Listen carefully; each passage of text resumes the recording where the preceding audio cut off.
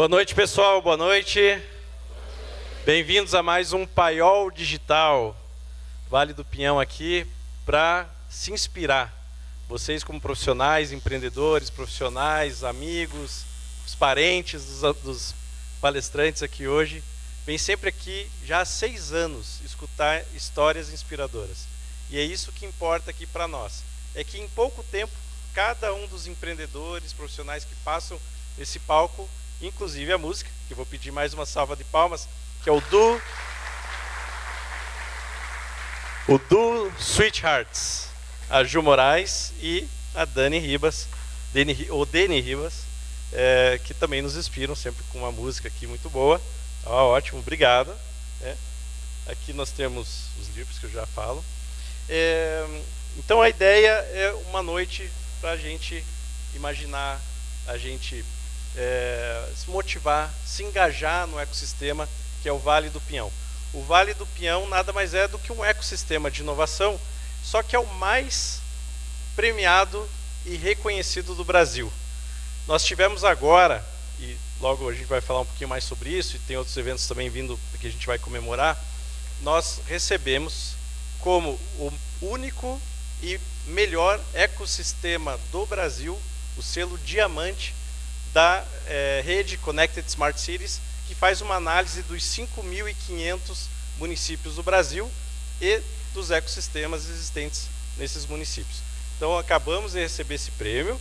Então salva de palmas aqui para a equipe da Agência Curitiba, que não só organiza esse evento, mas também lidera o Vale do Pinhão, lidera o ecossistema de inovação. Mas nós tivemos um suporte e nós tivemos um upgrade, eu diria assim, no município, com a vinda de uma nova secretaria, que é a Secretaria Municipal de Desenvolvimento Econômico e Inovação. E nós temos aqui hoje o nosso secretário em exercício, o Bernardo Santoro, que vai falar um pouco para vocês sobre essa secretaria. É uma secretaria que tem como o nosso agora prefeito em exercício, Paulo Martins, que nesses dias está à frente da prefeitura e tem a confiança do prefeito Eduardo Pimentel para potencializar, fomentar os negócios do município, gerar emprego, gerar renda, mas eu vou deixar para você falar um pouco mais sobre isso. E que do lado dele ali, do Bernardo, está o Vinícius também, superintendente dessa secretaria, e tem dado todo o suporte para a Agência Curitiba alcançar os seus objetivos, que no final das contas é o fomento dos negócios, dos empreendimentos aqui. Eu só gostaria, Bernardo, antes de colocar aqui o agradecimento à minha equipe da Agência Curitiba, o agradecimento à equipe da SMD, que sempre é nosso parceiro, mas também os que estão nos apoiando aqui nesse evento. Então a ACP, Associação Comercial do Paraná, nos ajuda muito, o patrocinador hoje dessa noite. Também a Demicon, obrigado a Demicon, por amanhã inclusive, vocês estão lá com a convenção, a maior convenção do Brasil, de consórcios, mas estão aqui hoje para nos prestigiar. Amanhã nós estaremos lá prestigiando vocês. Então muito obrigado para a Demicon, que sempre nos apoia, está aqui com as lembranças para vocês. E com alguns convidados especiais. Eu vi aqui alguns amigos do DTI, o Wellington, a Márcia, Giovanni, da FEComércio, que também é a FEComércio é uma das nossas sócias da Agência Curitiba, sempre está dando suporte para nós. E o DTI, que é o Destino Turístico Inteligente, é o ecossistema do turismo, que acaba sendo como uma vertical, um cluster para o Vale do Pinhão também. E eu diria que é o melhor entre todos os clusters ou verticais, porque vocês estão voando e fazendo a diferença e batendo os recordes de visitações e de qualidade no turismo na nossa cidade, premiado aí em vários lugares, não só do Brasil, mas do mundo também. Parabéns! Então eu vou passar agora a palavra para o Bernardo. Por favor, Bernardo, e depois eu falo um pouquinho mais dos nossos convidados.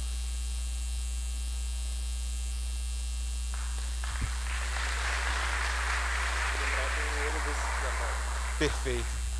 Boa noite, ecossistema de inovação. Boa noite. É um grande prazer estar aqui. Eu, né, como vocês podem ver pelo sotaque, na verdade, eu fui importado do Rio de Janeiro. Já estou aqui há quase um ano agora, né? Vim exatamente dentro dessa perspectiva de reestruturar o desenvolvimento econômico da cidade e dar essa força para a questão da inovação. Isso é uma coisa que primeiro tem que ser dito. Não existia, antes dessa gestão, Eduardo Pimentel, Paulo Martins, uma secretaria que pensasse desenvolvimento econômico e inovação.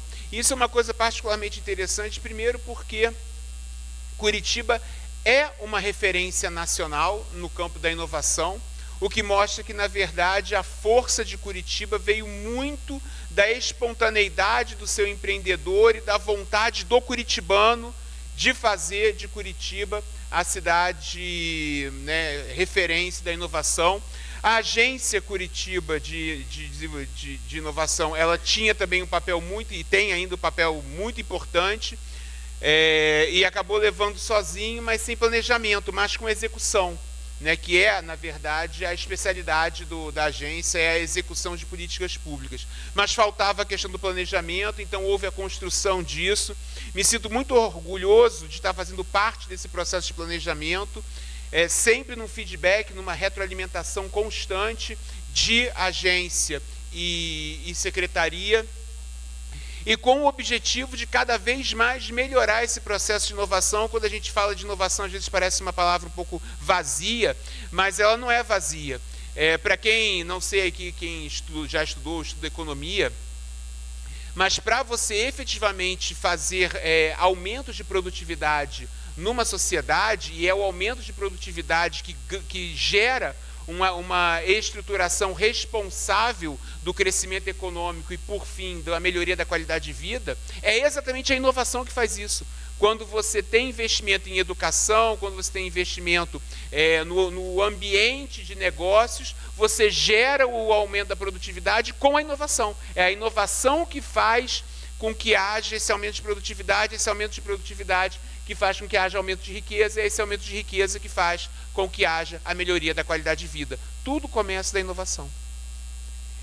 E é essa visão que está sendo empregada agora de maneira muito objetiva e vamos dizer assim, a menina dos olhos dessa prefeitura, tanto que há coisa de um mês nós fizemos uma reforma na lei do Fundo de Inovação, que está nesse momento tramitando na Câmara de Vereadores, e nós esperamos que nos próximos 15 dias a Câmara de Vereadores vote a reforma da lei do Fundo de Inovação, para que até o fim do mês de outubro, se Deus quiser, nós estejamos assinando a lei que cria o novo Fundo de Inovação, e a Prefeitura vai destinar um pedacinho do orçamento, vai começar pequeno, mas vai crescer ao longo do tempo, um pedacinho do orçamento para investir em vocês, o ecossistema de inovação de Curitiba.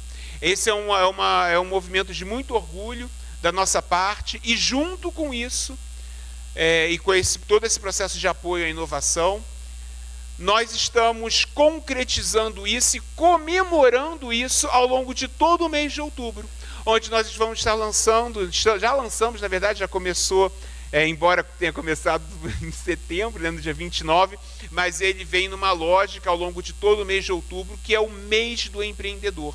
O mês do empreendedor é um mês não só de comemoração do empreendedor curitibano, mas também da consecução e implementação de uma série de novas políticas públicas, tendo por objetivo estruturar ainda mais o ecossistema da inovação e o ecossistema do empreendedorismo em geral. Uma dessas novas políticas públicas está aí fora.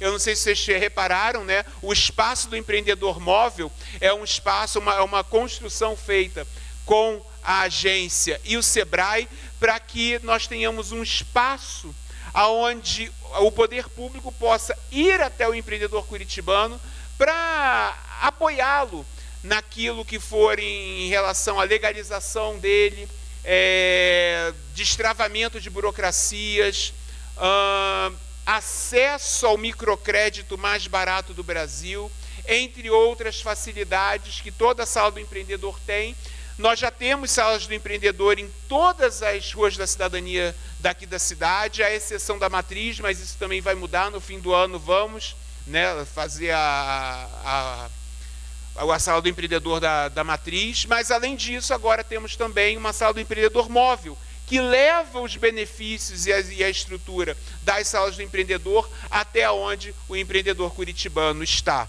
Além disso, vamos ter a jornada do imigrante, nós vamos ter o empreendedorismo nas escolas, nós vamos ter uma série de prêmios,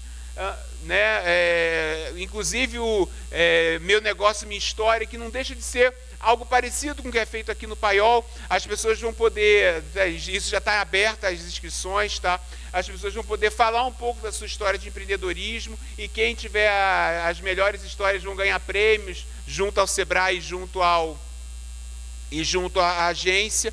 E aquela que eu considero a melhor das políticas que a gente vai apresentar aqui, um grande feirão de quitação de dívidas e acesso ao crédito, que vai ser no dia 18 ou dia 25? 18. Não, 16 e 17. 16 e 17. Dia 16 e 17 no Sebrae, vamos ter a feira de quitação de dívidas e acesso ao crédito do empreendedor. Qual é a ideia? Vamos levar a Receita Federal, a Secretaria de Fazenda do Estado, a Secretaria de Finanças do município, uma série de empresas concedentes de crédito, também vamos levar o Serasa, em suma, todo mundo que vivencia essa questão do crédito e das dívidas, e nós vamos fazer um esforço tremendo para que todo empreendedor curitibano que hoje esteja em dificuldade possa planejar o seu pagamento de dívidas em longo prazo a juros muito mais amigáveis do que hoje são praticados, por exemplo, nas dívidas trabalhistas, nas dívidas tributárias e nas dívidas cíveis em geral. Em suma, nós vamos resgatar o empreendedor curitibano que hoje está numa situação difícil. Essa é uma visão que nós queremos. Isso é um teste, óbvio, né? Vai ser a primeira grande feira nesse sentido, mas dando certo, nós vamos estar fazendo certamente todo ano, e quem sabe especificamente essa política pública a cada 6 meses. Mas o mês do empreendedor, a ideia é que ele esteja no calendário permanente de eventos da nossa cidade. Bem, isso era o que eu tinha para contar para vocês, e muito importante, quem for a todos esses eventos que nós vamos ter ao longo do mês do empreendedor, ele pode pegar, tem um papelzinho lá que faz uma espécie de cheque. E aí no final, se você for uma das pessoas que mais frequentou esses eventos, você também ganha uma premiação. Então frequentem, participem, não só vai enriquecer vocês, tem, por exemplo, um evento de IA maravilhoso, em suma, não só vai enriquecer vocês, como também no final do ponto de vista intelectual, mas quem sabe vai fazer com que vocês possam estruturar ainda mais os negócios que vocês têm. Não vou mais me estender, acho que já falei bastante, mas deixei os recados da secretaria. Contem conosco, procurem saber sobre o mês do empreendedor no site da prefeitura, lá tem todas as informações disponíveis para vocês. Espero que vocês tenham um grande evento, e espero do fundo do meu coração que em breve eu veja nesse Paiol você que está me assistindo hoje, contando a sua história de sucesso aqui. Obrigado e uma boa noite. Obrigado. Bom, além disso, do que o Bernardo falou, do mês do empreendedor, nós temos também uma feira de empreendedorismo lá no MON, no Museu Oscar Niemeyer, junto com o Prêmio Empreendedora Curitibana, que sempre a grande estrela foi aqui a Dani, era coordenadora do programa e sempre ajudou muito as empreendedoras da nossa região metropolitana de Curitiba a se desenvolverem. Bom, mas voltando aqui ao nosso evento, depois no final eu falo as dicas de futuros eventos da Agência Curitiba, mas vamos focar aqui agora nos nossos convidados. Então, nós temos aqui o Eric Staben, que é o gerente de dados e novos negócios do consórcio Ademicon, que já citei que é sempre nossa grande parceira. Também a Marilice Colim, que é a cofundadora da Alia Eco, que é startup de inovação em sustentabilidade. Então, obrigado por ter aceito o nosso convite. O amigo Harold Schultz, né, amigo de longa data, presidente do Grupo Schultz, que muita gente aqui conhece, eventualmente é viajante, cliente, turista, né, do Haroldo, porque já usou dos seus serviços no mercado nacional e internacional dessa referência que é de Curitiba. E o Vladimir Dalef, que está ali, que é ciclista, né, também autor, está aqui com o seu livro, Só Mais Um Dia. Muito obrigado por trazer a sua história de inspiração, como todos os outros empreendedores, e que quem vai lhes apresentar é justamente a Daniela Dal Puente, que é uma grande parceira. Ela, além, como eu falei, de ter coordenado toda a trajetória da empreendedora curitibana, também foi a nossa coordenadora da Escola de Inovação da Agência Curitiba de Desenvolvimento, e está fazendo agora um trabalho lá no Instituto Municipal de Turismo. Ela que é empreendedora, ela também é palestrante, ela é mentora, tutora de empreendedoras, então faz um belíssimo trabalho aqui na Prefeitura de Curitiba, além de ter uma experiência aí vasta, né, já viajou boa parte do mundo, morou fora, né, e é uma grande mãe, né, uma pessoa que tem uma família belíssima e com isso ela consegue passar muita verdade nos olhos de quem a escuta. Então, por favor, Dani, o palco é seu e ela vai apresentar melhor os nossos convidados. Obrigada, Dario.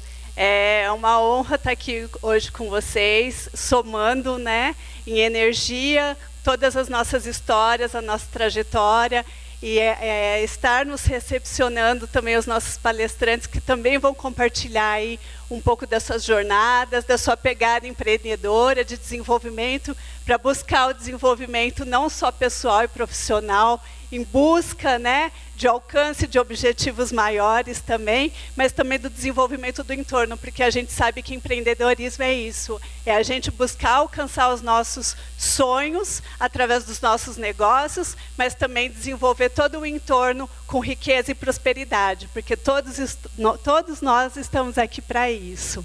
Então é uma honra estar aqui hoje colaborando e participando deste evento com vocês. Bem, agora nós vamos chamar o nosso primeiro palestrante, o Eric Staben, que ele é o nosso primeiro convidado. Vou falar um pouquinho do Eric, que ele é engenheiro e profissional certificado pelo CFA Institute.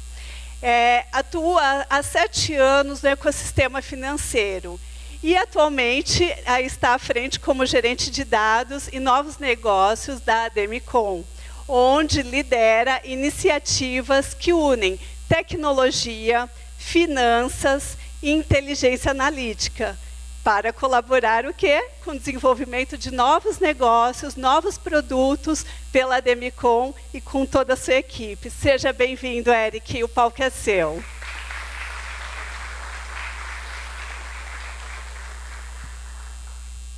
Gente, obrigado, que prazer estar aqui hoje. Obrigado pelo Paiol Digital, pelo Vale do Pinhão, pelo convite. Eles já comentaram, nós somos parceiros há um bom tempo já do Vale do Pinhão, então é um prazer para a Ademicon estar representada aqui hoje. Bom, eu já fui apresentado, acho que eu posso dar uma pulada aqui, mas de fato eu sou gerente de dados, novos negócios e planejamento financeiro na Ademicon. Eu trabalho com finanças desde que eu entrei no mercado, mas eu sempre tive um pezinho em tecnologia, sempre foi uma paixão pessoal minha. E é algo que foi importante, vocês vão ver que faz parte da minha carreira até aqui e tem um pouco a ver com o que eu quero compartilhar hoje com vocês aqui, tá? Deixa eu contar uma historinha de como é que a gente chegou aqui no que a gente vai conversar hoje, tá? Algumas semanas atrás eu estava no LinkedIn e vi um artigo que falava sobre construir um legado. Era de um colega meu, tinha escrito lá, bem bonitinho o artigo, falava um pouco sobre aquilo que você deixa, sobre o que você deixa em vida, sobre você criar negócios ou ser empreendedor no sentido de criar coisas que são independentes de você e que os seus negócios devem existir e subsistir sem você. Legal o texto, mas me chamou a atenção o uso dessa palavra legado. Por quê? Nesse mesmo tempo, a gente estava passando por um período ali na Ademicon que a gente estava substituindo um software antigo por uma versão mais nova do software. Tinha sido feito alguns anos atrás, a gente viu algumas melhorias que eram necessárias e a gente tinha reconstruído aquele software, estava desligando a versão antiga e colocando a nova. Para quem atua aí na área de tecnologia, a gente tem uma palavra que a gente usa para isso que é exatamente legado. Às vezes a gente fala de aquele software lá ele é um software legado, ou aquele servidor é um servidor legado. Legado com uma conotação pejorativa mesmo. num sentido ruim. E me chamou a atenção, porque naquele momento que eu estava vivendo, para mim, legado era um negócio ruim, era uma dor, um negócio que a gente estava carregando. E aí, daí que surgiu a inspiração do tema que eu queria conversar hoje com vocês, que é carregando um legado. Acho legal a gente começar falando que tá tudo bem, todo mundo quer construir um legado. Todo empreendedor quer construir um legado, todo mundo que tem uma vida corporativa também quer construir um legado. Mas a verdade é que um legado você está construindo para deixar para alguém. Então, essencialmente, alguém tem que ficar com o seu legado. E se está todo mundo construindo um legado, alguém tem que carregar o legado de alguém, certo? Então, a ideia aqui é a gente falar um pouco sobre uma skill que a gente às vezes fala pouco. Que nós, empreendedores, ou o pessoal do corporativo, também a gente fala pouco. A gente fala muito sobre inovar, a gente fala muito sobre criar, mas a gente também precisa sustentar o que foi criado no passado. A gente precisa conseguir dar seguimento para aquilo que já foi criado. Opa. Deixa eu voltar. Então, assim, enquanto todo mundo aqui quer construir o legado, enquanto a gente constrói o nosso legado, é muito provável que a gente passe boa parte da nossa vida carregando o legado de alguém. Seja você um empreendedor que está começando o seu próprio negócio, ou você está atuando numa empresa que já tem nome, que já tem história, você está carregando o legado de alguém. O legado das decisões do passado, o legado de um professor, o legado de um líder antigo que você teve. Nós carregamos legado o tempo inteiro. E esses legados não são sempre legados bons de LinkedIn, legados positivos, coisas boas que a gente carrega. Às vezes a gente carrega legados que também não são legais, legados ruins, e é sobre esses caras que eu quero conversar um pouquinho com vocês hoje. Aqui vale um adendo, para quem não conhece, a Demicon é uma administradora de consórcio, a maior administradora de consórcio do Brasil, independente, e a gente surgiu lá atrás como uma administradora de consórcio que era praticamente focada só em imóveis. Então, nosso principal segmento hoje de atuação é consórcio de imóveis. O consórcio de imóveis no mercado tem mais ou menos um prazo médio ali de 220 a 240 meses. Isso significa 20 anos. E a minha experiência na Demicon tem sido muito interessante em relação ao legado por causa disso. Porque 20 anos é raro você ter um produto no mercado cujo ciclo do produto dura 20 anos. Ou seja, você compra uma cota hoje, você se compromete hoje, assina um contrato hoje, e você está assinando um contrato, um relacionamento com a administradora por 20 anos. É um tempo muito longo. Eu estava acostumado com um tipo de produto que a gente podia olhar os dados do passado e olhar para 2, 3, 4 anos atrás, e a gente já ter dados históricos que podem alimentar decisões futuras. Isso é ser data-driven. Toda empresa quer ser isso, quer usar dados do passado para tomar decisões do futuro. Mas a Demicon ela tem um cenário um pouco emblemático, que é os dados de 15 anos atrás, potencialmente ainda são dados ativos. Não são dados históricos, não são clientes do passado, são clientes do presente. E isso traz uma perspectiva muito interessante sobre legado, porque já é uma coisa que fica muito forte no nosso modelo de negócio. Então, o que eu queria compartilhar com vocês hoje é 3 perspectivas diferentes sobre legado. 3 tipos de legado que a gente encontrou e que a gente precisou achar maneiras de passar por cima, ou achar maneiras de como que a gente trabalha com esses legados que as pessoas carregam. O primeiro legado que eu queria compartilhar com vocês hoje é o legado afetivo. E o que eu estou falando, o que eu estou chamando de legado afetivo? É um apego irracional ao previsível em detrimento do incerto. Tá? A palavra bonita, vamos lá tentar. O que isso aqui significa na prática? Todo mundo já conheceu aquela pessoa que você vai tentar mexer no que ela faz e ela fala assim, não, mas isso aqui sempre foi feito assim. Isso aqui é feito assim, e ela não sabe te explicar o porquê. Eu lembro numa outra oportunidade, antes de trabalhar na Demicon, eu tive a oportunidade de trabalhar numa empresa e a gente estava automatizando um processo, ligando o sistema A ao sistema B e eliminando vários processos no meio. Dentre esses processos tinha uma colaboradora que tocava um processo específico, processo ruim, mas ruim, daquele ruim assim que trabalhoso, super manual, não tinha registro de nada, dava um monte de problema, era ruim para ela, porque era ela que tinha que tocar. E a gente, quando a gente bolou o projeto, tal, aprovou, a gente chegou nessa colaboradora e falou, ó, agora a gente vai resolver a sua vida. Olha só o que a gente vai fazer, vai ser assim, assim, assado.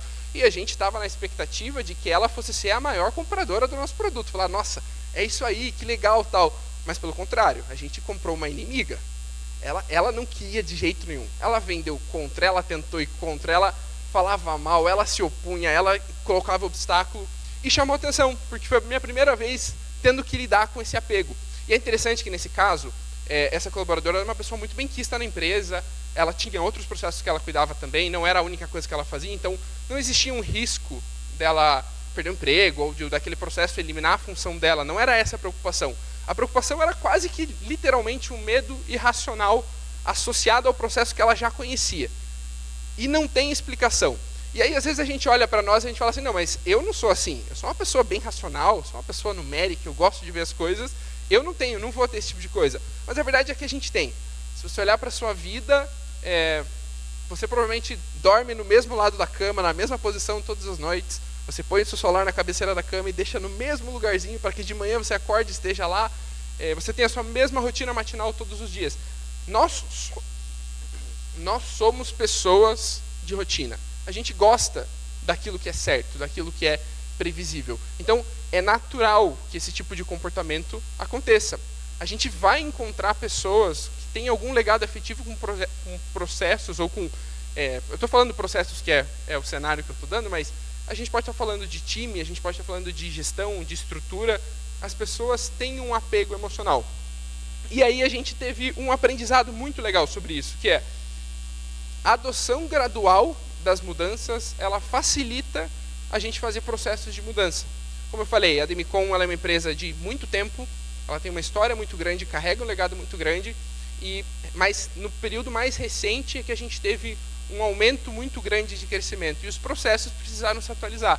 Uma coisa que a gente aprendeu é que com tanta gente, com tanto tempo de casa, que já tinha aqueles processos ali há 10, 15 anos, adotar gradualmente novos processos facilita a pessoa a desapegada desse sentimento irracional que ela carrega do que ela carrega com o processo atual.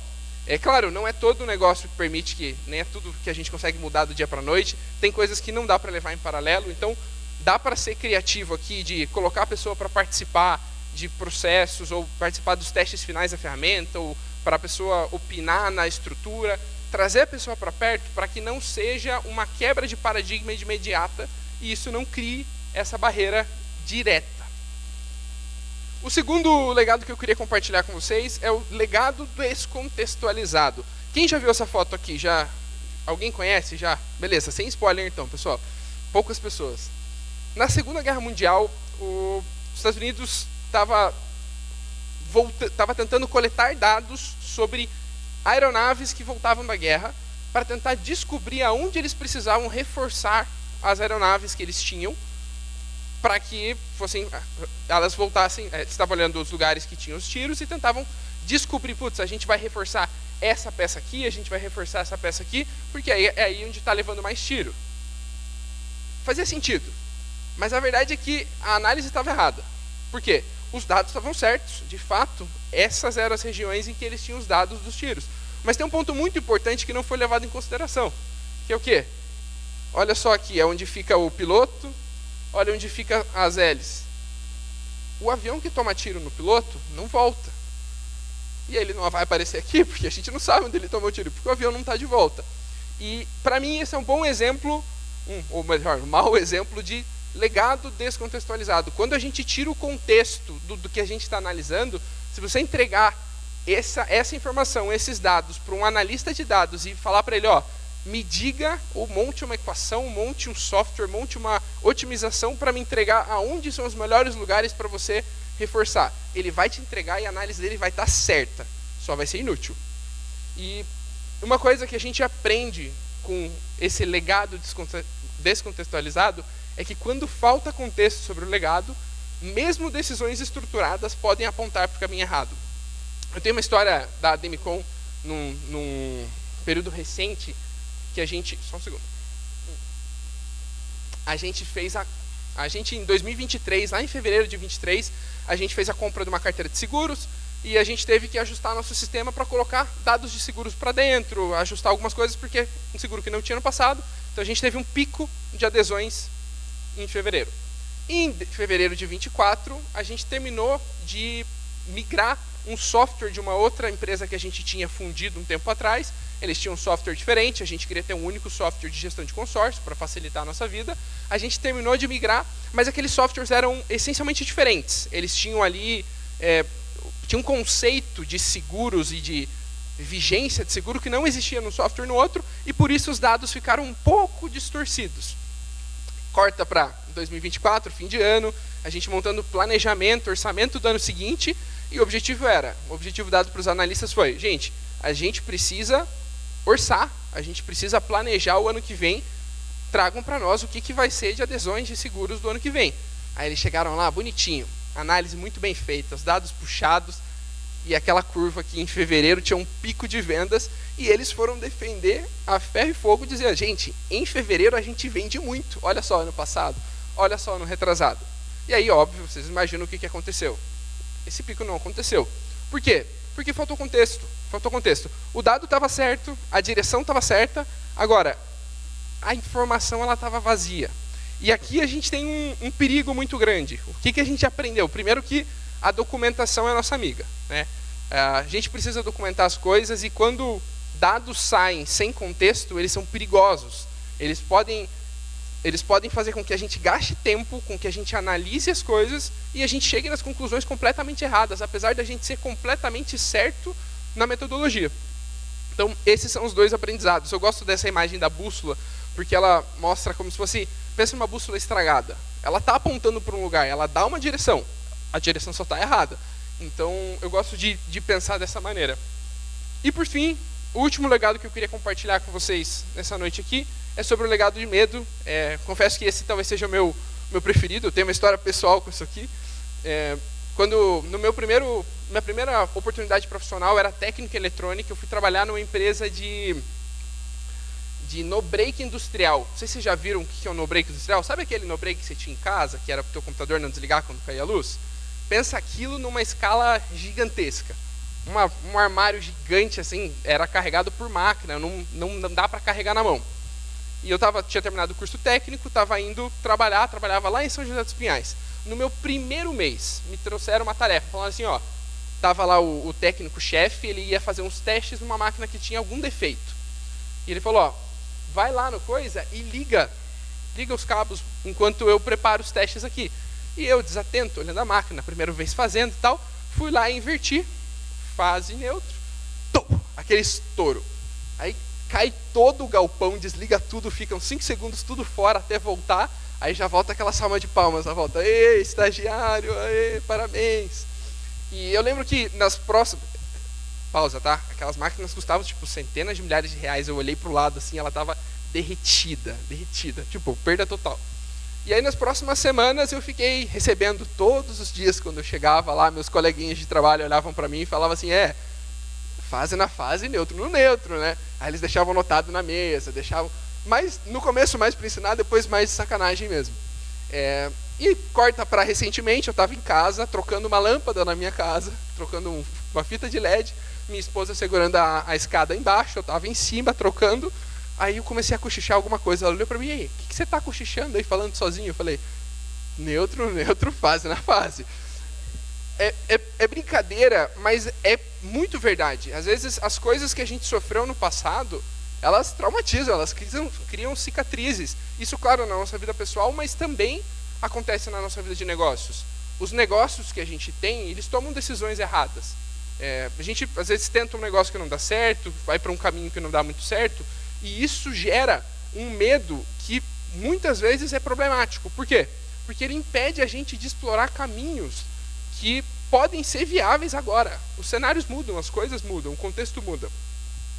Eu trabalhei também numa processadora de pagamentos, bem conhecida aqui de Curitiba, Ibanks, e naquela época, lá em 2017, tinha um merchant, um vendedor lá, que tinha investido uma grana violenta para montar um e-commerce, porque ele queria testar o mercado dele no e-commerce. Gastou uma grana, fez site, fez isso, fez estrutura, contratou gente e tal, e ele não conseguiu dar volume, não deu vazão, não teve o resultado que ele esperava. E aí, quando eu cheguei lá, ele estava desligando o negócio, estava tirando as coisas, tal, meio que aceitando a derrota e falando, gente, aqui não deu, a gente tentou, não rolou. Legal. Tem um ponto importante, tá? Esse merchant, ele tinha um ticket médio muito alto, era produto de luxo. E aí a tese que ele tinha na época era que, gente que vai gastar muito dinheiro não compra online. As pessoas não gostam, ninguém gosta de gastar muito dinheiro online porque é perigoso, porque não confia. 2017. E ele estava certo, tá? A gente tinha pouquíssimos clientes que tinham ticket médio alto que conseguiam vender online. Mas uma coisa aconteceu. Lá em 2019, 2020, 2021, a gente teve a pandemia e os hábitos do consumidor foram obrigados a serem mudados. A gente precisou aprender a comprar online, coisa que a gente antes não se comprava online. E até coisas de alto padrão, coisas de luxo. O rico também precisou aprender a comprar de casa, a não ir na loja e tal.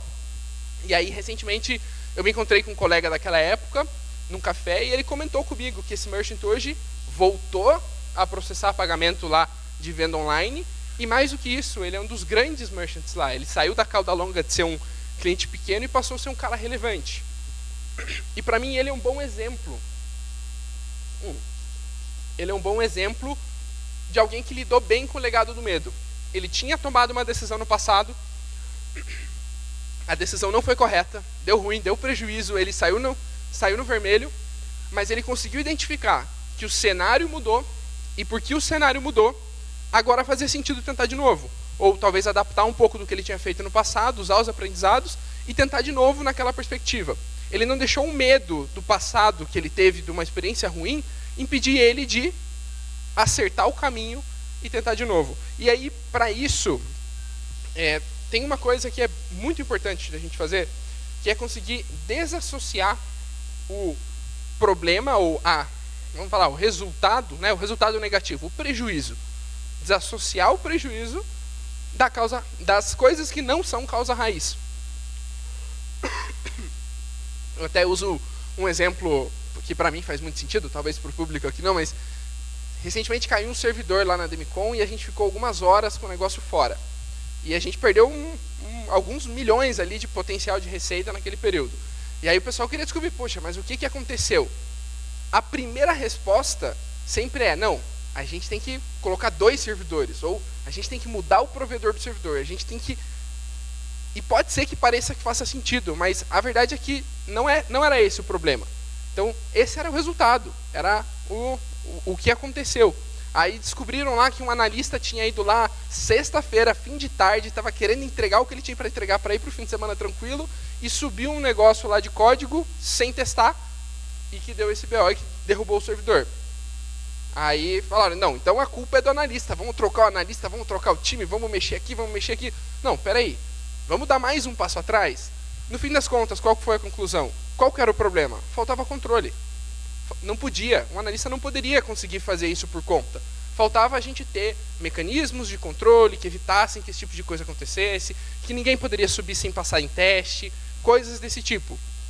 E para mim essa é um bom exemplo de como a gente precisa associar o problema que aconteceu, o resultado, com a causa raiz do problema. Senão, a gente poderia estar gastando tempo, dinheiro, esforço em trocar servidor, em mexer em infraestrutura, em trocar gente, em mexer no time, em trocar o coordenador do time, que não era o problema raiz desse caso que a gente está contando. Então, para mim, o aprendizado aqui sobre legado de medo é que a gente precisa ter a mente aberta para entender que por que a gente falhou. A gente precisa... às vezes é difícil você olhar para trás, você não quer reviver os erros, você quer deixar para trás e falar, ó, passou. Mas é importante a gente olhar para trás e conseguir identificar nas coisas que não deram certo, o porquê que aquilo não deu certo, quais são as causas raízes, e a gente conseguir associar uma coisa com a outra. Por fim, gente, eu queria compartilhar com vocês que sei que aqui a gente está aqui num ambiente de inovação, a gente fala bastante sobre inovação, mas tem uma pessoa que eu admiro muito que me falou uma vez uma frase similar a essa e eu queria compartilhar com vocês. Toda inovação é sustentação no futuro. Afinal, saber sustentar um negócio é tão importante quanto criá-lo. Então, a gente fala bastante aqui sobre inovação, quão importante é a gente inovar, e é mesmo, mas toda inovação ela é sustentação. Saber sustentar um negócio no longo prazo, saber carregar o legado que foi criado no passado e fazer ele funcionar no ambiente de hoje é tão importante quanto a gente saber inovar no presente. Muito obrigado.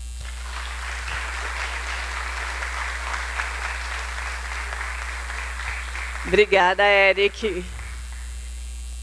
Quem lida com 1 ou 2 ou 3 legados aí diariamente, hein? Quem levanta a mão e fala que lida com legado? Eu lido, gente. No mínimo com esses 3, né? A gente lida aí com bons legados também, mas é um desafio, né?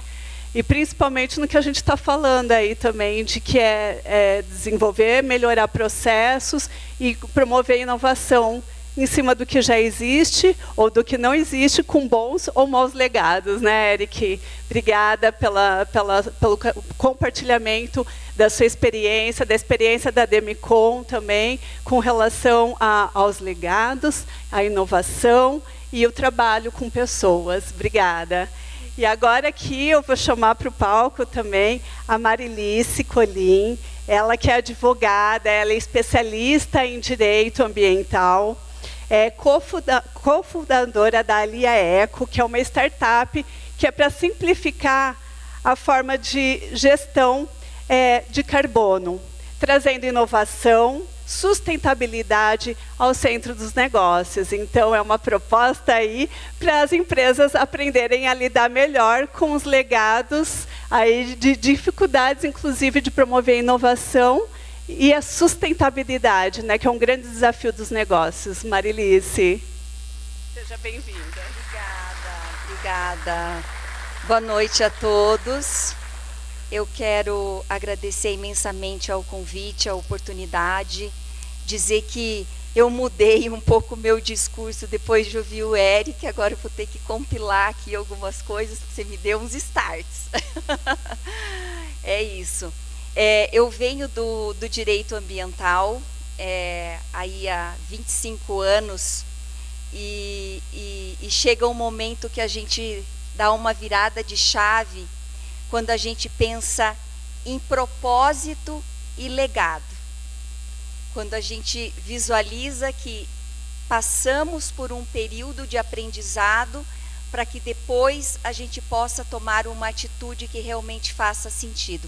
Então eu tiro essa fala do meu direito ambiental aí de algumas décadas para dizer que com isso eu via que eu precisava de inovação e tecnologia, não só olhar para legislações, enfim, e que isso é o viés da sustentabilidade, porque hoje sustentabilidade sem propósito, sustentabilidade sem iniciativa, sem olhar para os legados, sem aquele primeiro passo, a gente não consegue movimentar, né? Nós estamos num momento de que estamos falando tanto de crise climática, substituição energética, que por onde que se começa, né? Por onde que a gente pode começar? Onde está o meu propósito? Então eu venho aqui falar um pouquinho da base de tudo isso, quando a gente fala de sustentabilidade, que realmente são, né? A gente tem que partir das emissões e a gestão disso tudo. E eu começo sempre, quando eu penso nisso, isso fez com que eu virasse a chave aos 50 anos de idade, que não é fácil você largar uma advocacia já consolidada e falar assim, agora eu vou entrar no mundo da tecnologia. Isso não é fácil aos 50 anos, só que faz parte do seu propósito. E antes de começar a falar sobre o foco principal, eu digo assim sempre, que antes de saber para onde eu vou, eu preciso saber onde eu estou. E sem dados, eu tenho uma opinião, né? E se eu não tiver a gestão, eu estou ali à mercê de um bilhete da sorte, porque se eu não tenho a gestão, eu não consigo me movimentar, não consigo criar estratégias, até para fazer uma obra na minha casa, se eu não tiver uma gestão, o que eu achei que eu fosse gastar, e mesmo assim a gente erra, né? Acho que foi um mau exemplo esse que eu acabei de dar, porque obra não é fácil. E quando a gente fala disso, o primeiro passo que começa dentro dessa jornada, quando a gente fala de sustentabilidade, é inventário de emissões e, acima de tudo, a gestão disso tudo, né? Então, eu vou falar assim muito rapidamente, porque até eu gostaria de ter uma noção assim, Quem já conhece ou já ouviu falar sobre inventário de emissões? Crise climática, sim, né? Então, assim, eu vou fazer rapidinho isso só para dar um embasamento para onde eu quero chegar, tá? Então, hoje nós temos uma base regulatória, né, que é a Lei 15.042, que estamos ainda em fase de regulamentação, mas é onde dá o início para o nosso país, né, o Brasil, comece a criar mecanismos de monitorar, reportar, mitigar e compensar. Então, basicamente, nós temos hoje já um mercado, vamos dizer assim, regulado, né? Um sistema brasileiro de comércio de emissões. Se eu der um passo um pouquinho, né, olhando para o contexto internacional, nós já temos o CBAM na União Europeia, já temos infinitas coisas acontecendo a nível mundial e, né, nós temos que olhar isso a depender da onde eu estou atuando. Se eu olho só para o Brasil ou se o meu negócio, o que eu estou empreendendo também tem um viés e um direcionamento para o mercado internacional. Se olharmos um pouquinho mais, temos aí várias questões acontecendo ao mesmo tempo. Cito aqui a resolução do CNJ, que eu digo que é um grande passo que teve o judiciário, que também começou a exigir inventário de emissões dentro do sistema judiciário. Isso é um grande passo, porque eu vejo que, para darmos o exemplo, nós temos que começar a ter algo dentro de casa, né? E dou uma pincelada aqui em lei de licitações, porque daqui para frente, aquele empreendedor, aquela iniciativa que queira ter um diferencial, independente de enquadramento na Lei 15.042, independente de outras legislações que estão aí chegando, se eu quero ter um diferencial dentro daquilo que eu entrego, seja produto ou serviço, eu preciso entrar nessa agenda de sustentabilidade, e queira ou não, ela começa com monitorar e reportar aquilo que eu estou emitindo, seja uma empresa pequena, média ou grande, obviamente, que está enquadrada ali na 15.042. Então, eu pego o seu gancho, Eric, e falo de propósito, porque eu preciso encontrar um propósito para que, em que momento que essa agenda de sustentabilidade vai ser importante para mim, por onde que eu começo a olhar e me direcionar. São regulamentos, são auditorias, estávamos falando agora há pouco, né? Hoje muitas concessões de crédito estão olhando para o inventário de emissões e principalmente as auditorias estão cobrando muito. É uma exigência do meu cliente ou do meu fornecedor, porque às vezes a legislação não vai chegar na minha porta, mas o meu cliente ou aquele que eu estou entregando meu serviço e meu produto, ele está enquadrado nessa agenda e ele vai cobrar de mim. Então, para eu me manter no mercado, eu preciso dar esse passo e realmente começar a me movimentar em termos das minhas emissões.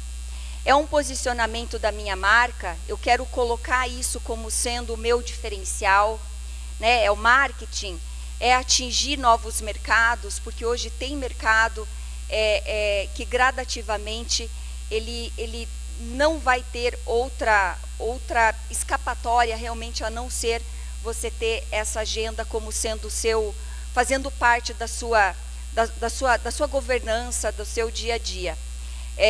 Eu quero, né, agregar valor ao meu produto. Nós já tivemos clientes que procuraram inventário de emissões porque ele queria aumentar o valuation da sua empresa, porque hoje, se você não tem a governança, uma ideia daquilo como você é, né, em termos de emissões, ou como que você está situado dentro dessa agenda, isso muitos investidores acabam hoje não se sentindo atraídos em colocar dinheiro e aportar, enfim, e fazer aquisições.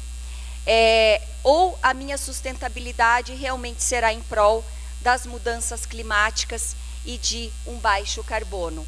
Então, assim, né, vou passar muito rapidamente, a Lei 15.042, ela traz esses pilares, né, daqui para frente teremos que mensurar, relatar, monitorar, compensar, e mitigar e aí compensar as minhas emissões.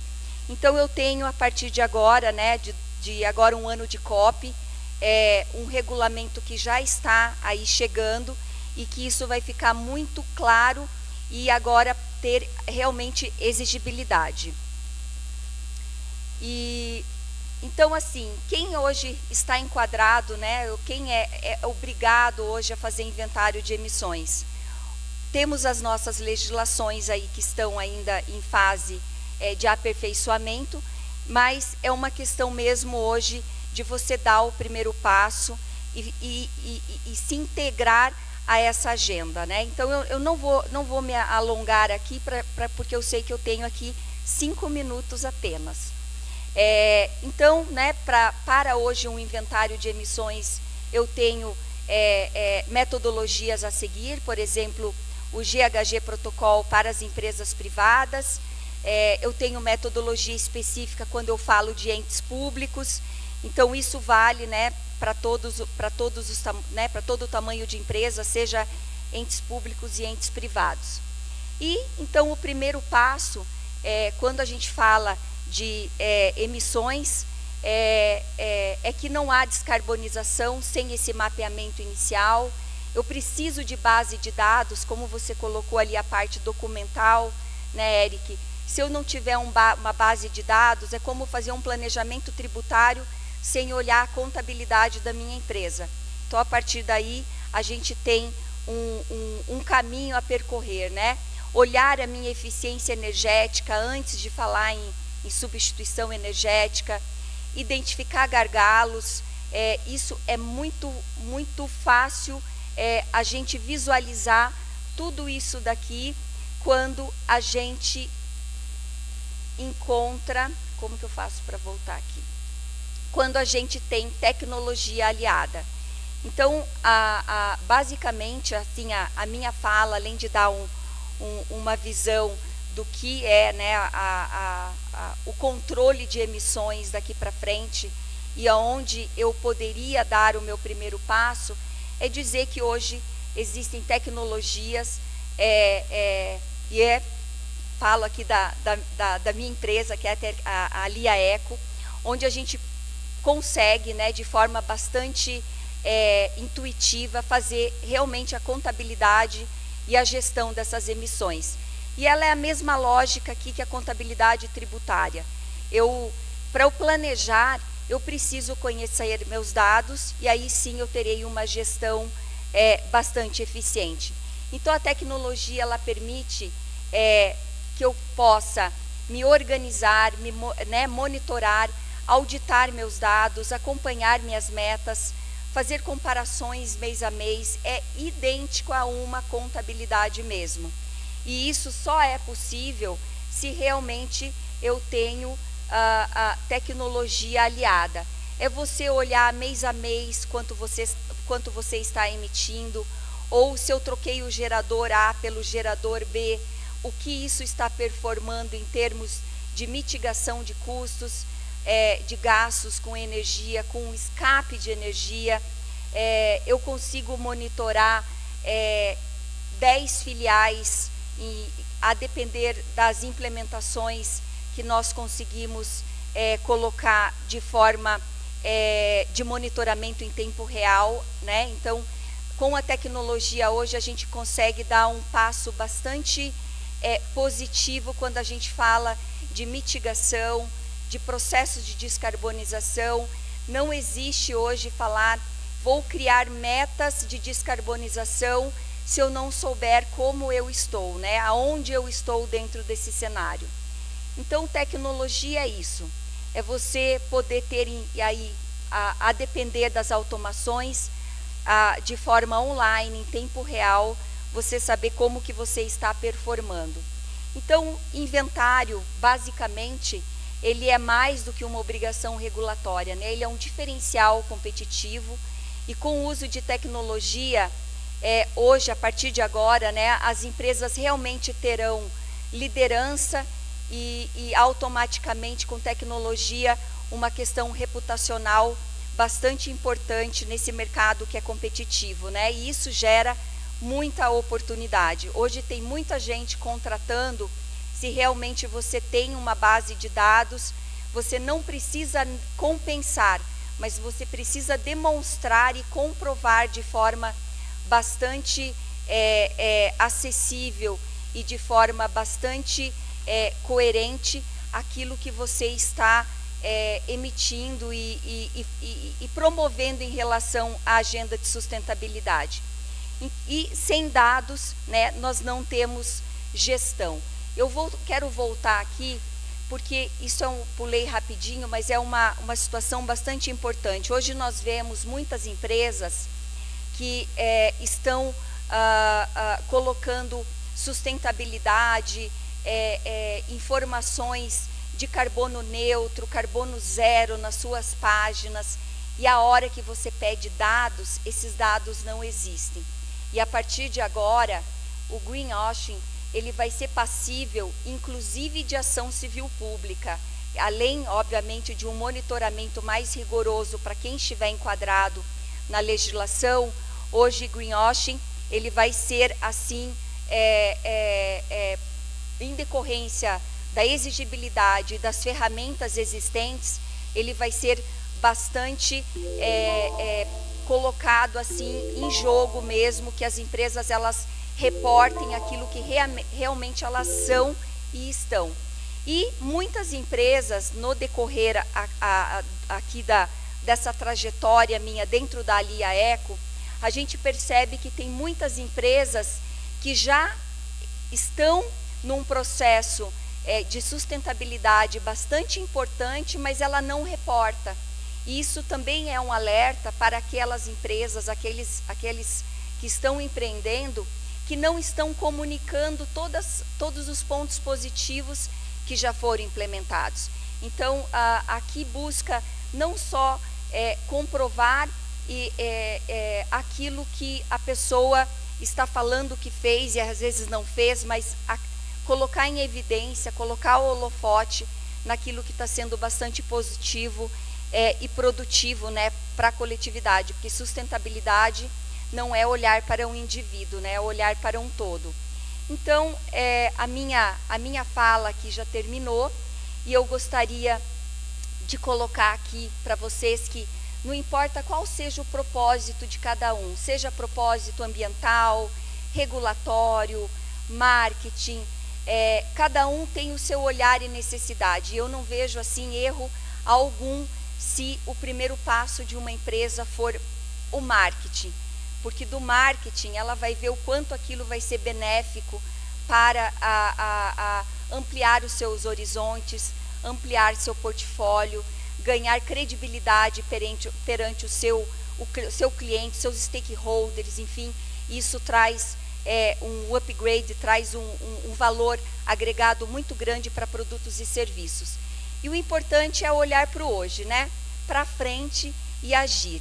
Então eu deixo aqui o meu agradecimento, a oportunidade de fala, não adentrando assim em questões bastante técnicas. Deixo aqui os contatos, Marilice Colim, o meu telefone, o contato da Alia Eco, para vocês darem uma olhada, visualizarem. E eu quero parabenizar o Vale do Pinhão, que está num processo de inventário de emissões, e isso assim é uma alegria imensa para nós, Alia, estarmos nessa jornada. É um grande exemplo. Queremos logo trazer essas informações bastante agora ilustrada, né, para uma apresentação bastante legal, né, Yasmin? Então esse primeiro passo do Vale do Pinhão está sendo assim um exemplo, e que isso sirva, né, de endereçamento para outros empreendedores e outros cases aí que queiram realmente colocar isso como um dos diferenciais e uma coisa bastante positiva, não para nós, mas para a coletividade. Então, deixo o meu agradecimento mais uma vez pelo espaço, pela oportunidade, e me coloco à disposição né? Depois, se quiserem me mandar algum questionamento, fico assim super à disposição e honrada de poder contribuir, tá bom? Um grande abraço e agradeço mais uma vez.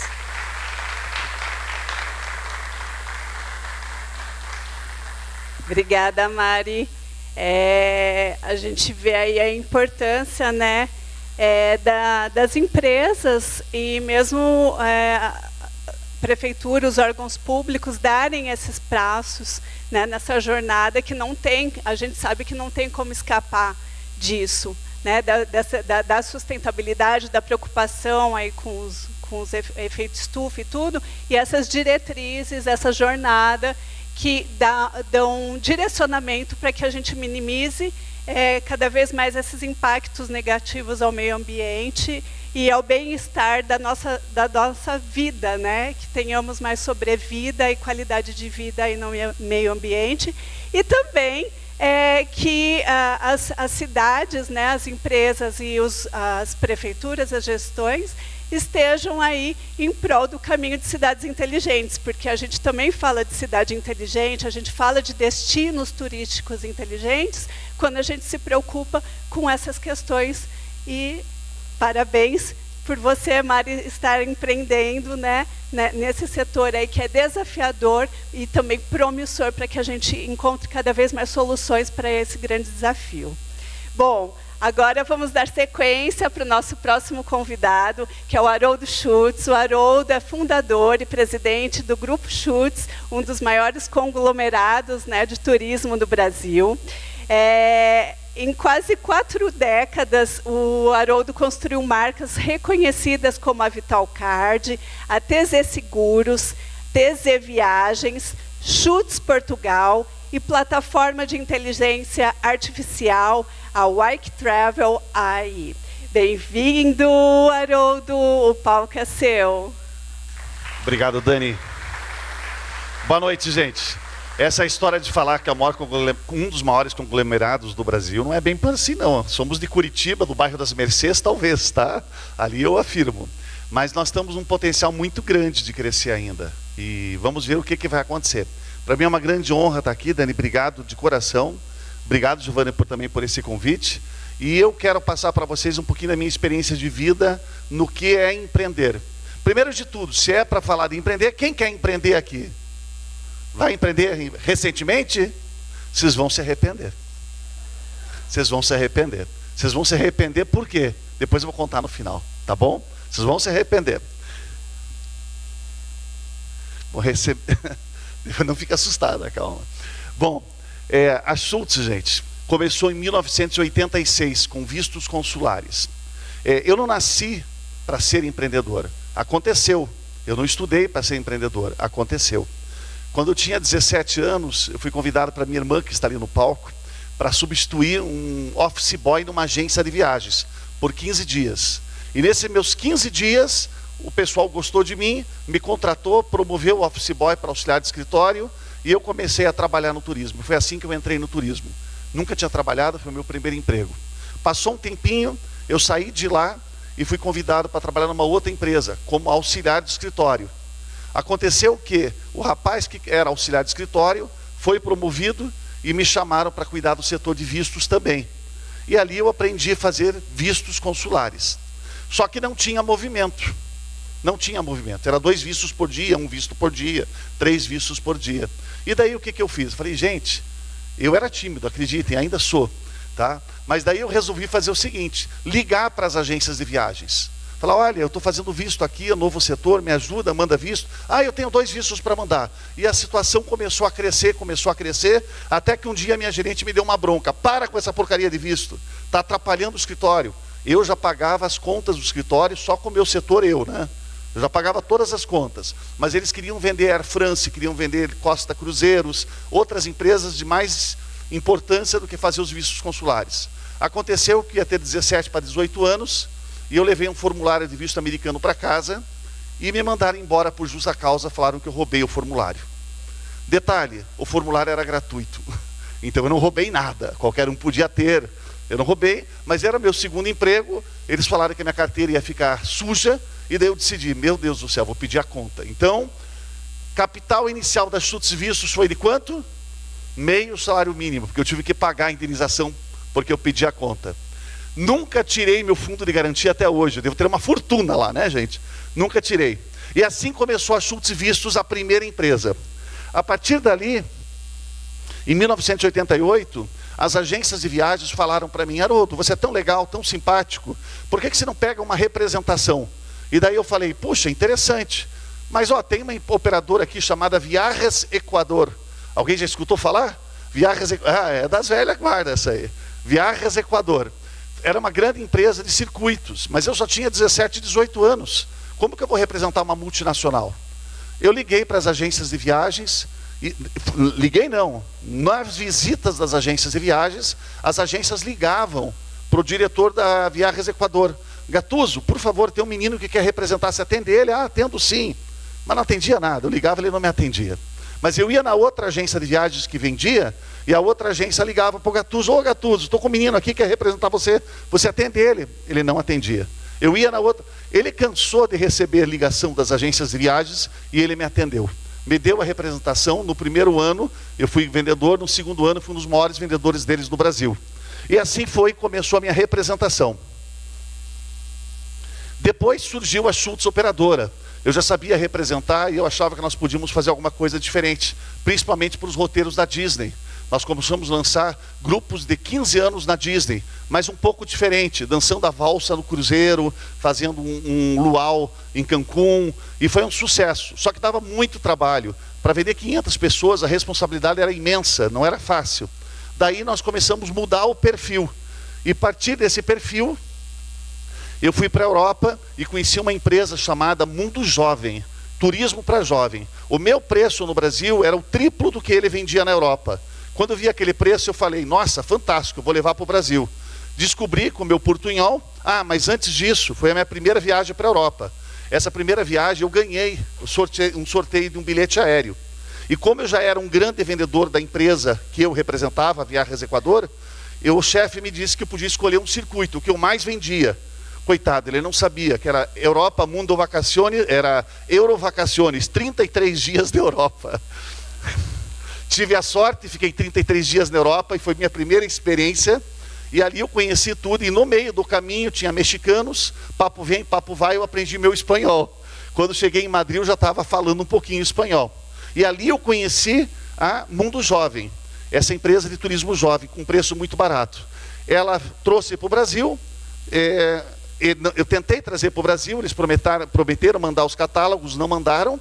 E aconteceu que um ano seguinte eu voltei para a Europa, numa feira internacional que é a Fitur, que acontece em Madrid. Nessa feira, eu vejo de longe Mundo Jovem. Eu falei: é lá que eu vou. Fui lá no Mundo Jovem, encontrei um baixinho chamado Luiz, que não é o presidente, Luiz Garcia, e ele falou: por que você não mandou meus catálogos? Porque o presidente não deixou. Eu falei: mas por quê? Não, fala com ele. Fui falar, e daí ele me explicou. O turismo jovem, o preço era muito competitivo, porque eram grupos vendidos. Mas imagine se a universidade cancela o grupo. O preço, a excursão não ia sair. E o que aconteceria se você já tivesse um bilhete aéreo internacional vindo do Brasil para lá, sem ter a excursão? Então, por responsabilidade, eles não me deram a representação. Mas daí eles falaram: agora nós temos um produto diferente, que é o Grupo Mundo. E esse produto você pode cortar a viagem onde você quiser, você pode colocar noites extras, você pode dividir o quarto com um estranho. Eu falei: mas tudo que me ensinaram, isso não vale nada, está totalmente errado. Pode acreditar em mim que vai dar certo. E eu acreditei, trouxe. Eles vendiam no Brasil 50 mil dólares e hoje nós vendemos mais de 30 milhões de euros. Tá? Somos uma das maiores empresas, transformamos essa empresa numa das maiores empresas do mundo. Ela foi vendida por um grupo japonês, que eu participei dessa transação, fui eu que apresentei as empresas. E hoje é uma empresa global, é a maior de circuitos rodoviários. E eu sigo sendo representante no Brasil e vendo para as demais operadoras, inclusive grandes marcas compram da gente. Me consideram em circuitos rodoviários o maior vendedor de circuitos do Brasil. E daí surgiu então a Europa Mundo. Em 2000, nessa fase, nós tivemos a ideia de lançar, aliás, eu era representante do Vitalcar, mas para eu promover o Vitalcar, eu tinha que abdicar da marca. Não, para eu promover a Europa Mundo, eu tinha que abdicar da marca Vitalcar, Por quê? Vitalcar não tinha dinheiro, mas a Sisticar, alguém já ouviu falar? Tinha dinheiro. E eles faziam muitos eventos. Como que eu ia promover a minha empresa se eles não deixavam eu participar porque eu era concorrente? Fui entregar a representação no Rio de Janeiro, em São Paulo. A hora que eu fui entregar a representação, o que aconteceu? O presidente disse, Haroldo, por que você vai entregar? Fica com você, mas faz o mesmo trabalho que você fez para a Europa Mundo. E daí eu disse, se eu criar uma estratégia e as minhas vendas aumentarem, você me dá a marca? Ele falou, te dou a marca. E falei, então tá bom. Em um ano, eu vou superar mais de tantos por cento. Não me lembro quanto, mas era mais de 1000 cartões. Deu, vendi, e daí nós lançamos o primeiro seguro web do Brasil e talvez do mundo. Talvez do mundo, seguro web. Até então o seguro, quem comprava seguro viagem, recebia um fax. E muitos de vocês não viajavam com seguro viagem, porque tinha que levar um cartãozinho alto relevo, que nem cartão de crédito. E isso inviabilizava o negócio. Daí, com a vinda da Gol, que mudou aquele bilhete, eu aprendi, tive a ideia e lançamos o cartão online. Muita gente riu, muita gente desconfiou dessa possibilidade, e hoje é tendência no mundo. E ali eu entrei no meio da tecnologia. Bom, já que a gente vende seguro viagem, por que não vender também seguro de vida e outros seguros? Daí surgiu a nossa corretora de seguro. Inclusive o Rafael está aqui, aquele de barbinha lá. O Rafa, ele começou na nossa empresa como auxiliar, e ele falou, Haroldo, já me formei em ciências aeronáuticas, e agora o que eu vou fazer? Eu falei, por que você não faz um curso de corretagem de seguro que nós não temos? Ele fez, e hoje é meu sócio na corretora de TZ Seguros. Obrigado, Rafa. E daí surgiu a TZ Seguros, uma empresa também que está em franco crescimento. Estamos em outras linhas, além do seguro viagem. Dominamos todos os passos. A questão de 12 anos atrás, com a crise da Dilma, onde falavam, com a vinda da internet, que todo o turismo ia acabar, os agentes de viagens iam morrer, eu falei, meu Deus, não pode, porque eu, como Schultz, não vendo ao consumidor.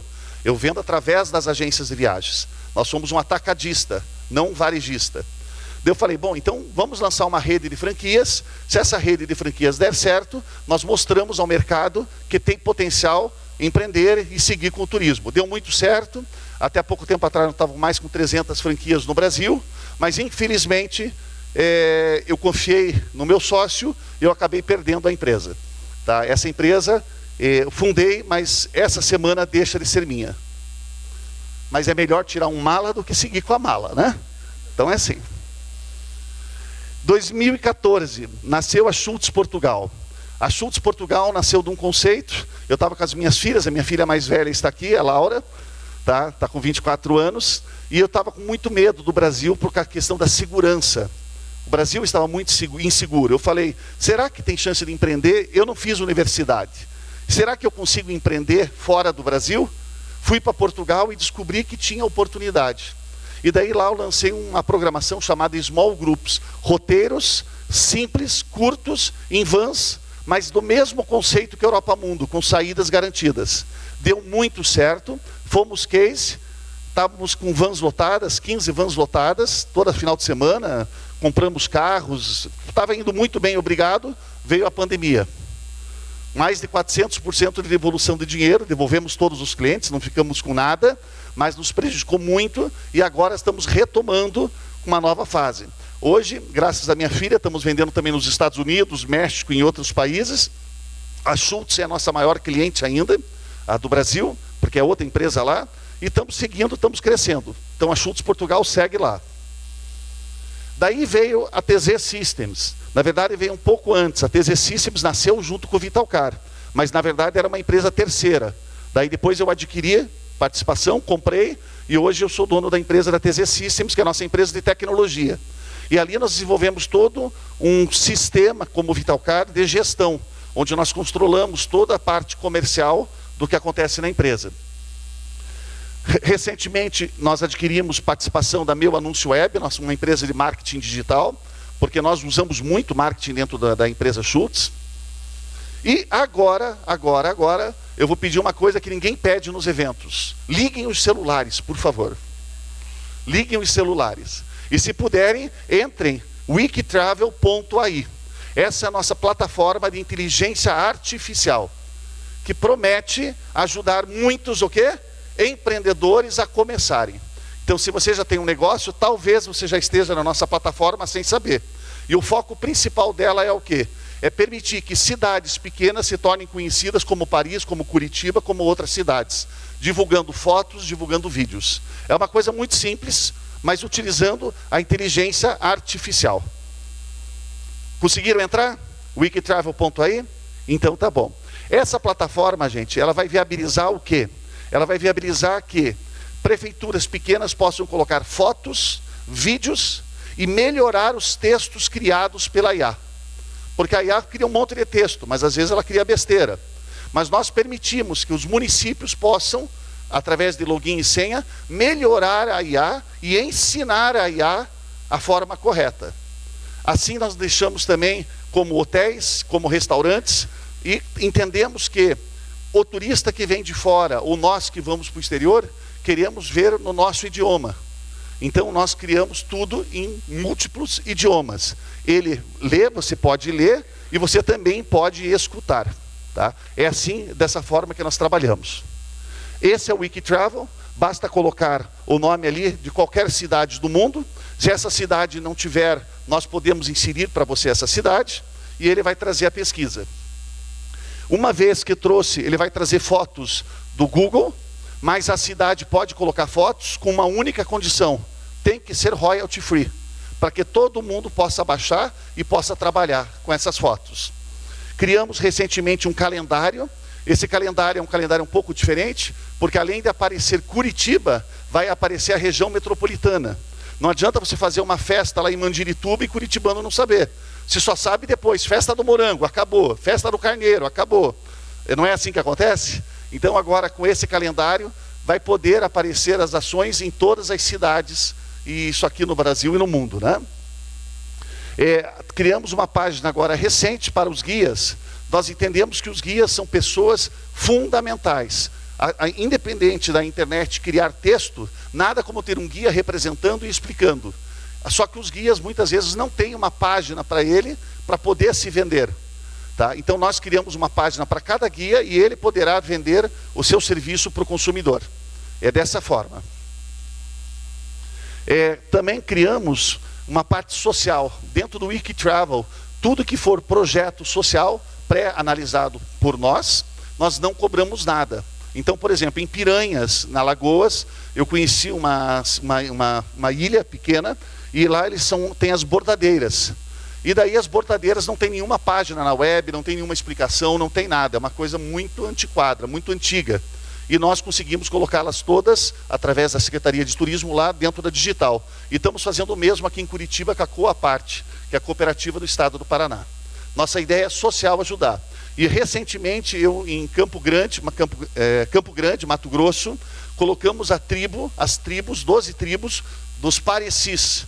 Agora os índios estão autorizados pela FUNAI de promover o turismo. Então nós criamos páginas para eles, e eles estão estruturando passeios que em breve vão poder receber vocês nas aldeias, e eu recomendo, é maravilhoso. Não para dormir na aldeia, mas para passar o dia, tá bom? Aqui, o governo federal criou um projeto de descentralização do turismo. Entre elas, existe as ADTours. Então, nós criamos um projeto agora. Cada ADTour, que são as agências do desenvolvimento do turismo regional, tem sua página, e a partir dela, os municípios que contemplam também têm as suas páginas. Com isso, nós criamos metodologia na hora do consumidor ver, na hora do profissional ver também todos os serviços que estão sendo prestados. O Convention Visit Bureau de Curitiba também é um grande orgulho. Ele deve utilizar nossa página como uma das páginas oficiais. Recentemente nós fomos convidados para expor em Sevilha. Nós vamos estar mostrando para o mundo o que Curitiba tem de diferente, o que nós temos de diferente aqui. Está entrando essa semana em primeira mão para vocês a Brastoa. A Brastoa é a Brazilian Operator Tour Association, é a associação das operadoras do Brasil, a qual eu também faço parte. Estou voltando de Córdoba essa semana, e hoje eu estava em Buenos Aires, só vim aqui para falar com vocês. Acordei às 2 da manhã, gente, então desculpa a minha cara de acabado, tá? Só estava no avião o dia inteiro. Mas a Brastoa também está criando a página, e a grande vantagem dela ter uma página, qual que é? É que agora ela apresenta para o mundo em 11 idiomas. Então ela vai se apresentar em 11 idiomas. E cada associado da Brastoa vai ter uma apresentação dele em 11 idiomas. Então se um fornecedor quer vender para mim, agora ele vai ver o meu histórico em chinês, ele vai ver o meu histórico em alemão. Isso vai facilitar muito os negócios para o futuro. E recentemente também entrou o Mercado Eventos. O Mercado Eventos também é uma rede de impressos de comunicação dentro do turismo. Também está utilizando nossa tecnologia para eles se apresentarem ao mundo em 11 idiomas. E daí aqui, vou resumir, estamos terminando o tempo. A Schultz, como eu sempre digo, ela começou com um pequeno veio de água. E se você quer empreender, e se você não tiver noção que esse veio de água tem muitos caminhos a seguir, muitos caminhos a chegar, você nunca vai crescer. Você pode começar pequenininho. Muitos de vocês devem pensar, puxa, mas começou com dinheiro. Mentira, comecei com meio salário mínimo. Então, para empreender, o que é muito importante, não precisa de dinheiro. Precisa de uma boa ideia, precisa mais de trabalho do que uma boa ideia. A boa ideia vem depois com o trabalho, você vai evoluindo. Nunca nasce um projeto pronto, ele vem em evolução. Então nós nascemos como um riacho e nós sonhamos ser as cataratas do Iguaçu. Ainda não somos, mas estamos crescendo. Esse ano tive a honra de fazer a convenção da Schultz aqui em Curitiba. Nós trouxemos mais de 485 agentes de viagens de todo o Brasil e mais de 175 cidades diferentes do Brasil vieram para Curitiba para a nossa convenção. Todos que estão aqui pagam seus bilhetes aéreos para vir e pagam uma taxa. Não deixamos vir casal, só vem por mérito. Se vendeu, é convidado, se não vendeu, não é convidado. O ano que vem nós vamos completar 40 anos e nossa meta é fechar em Foz do Iguaçu com 1.040 agentes de viagens. Se Deus quiser, com todos os projetos andando. E é isso aí, gente. E o meu sucesso deve-se a essas mãos. Não existe empresa que cresça sem ter uma boa equipe. Então, obrigado. É isso.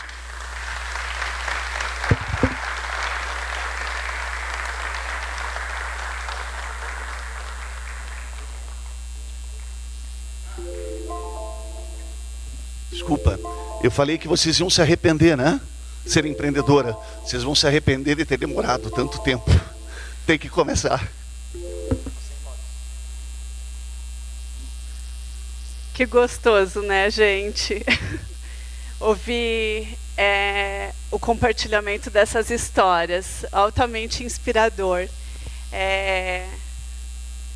Bom, vamos convidar o nosso último palestrante, Vladimir Dalaef, que é ex-presidente da Copel Distribuidora e após ser diagnosticado com câncer em 2015, o Vladimir resolveu antecipar alguns sonhos e antecipar seu sonho de aposentadoria, né, para poder dar entrada assim, aos sonhos que estavam sendo adiados, né, Vladimir? Caminhar, correr, pedalar em torno do mundo. Vladimir percorreu aí 18 mil quilômetros em diversos países e escreveu o livro Só Mais Um Dia, relatando as suas experiências. Vem aqui compartilhar com a gente, Vladimir.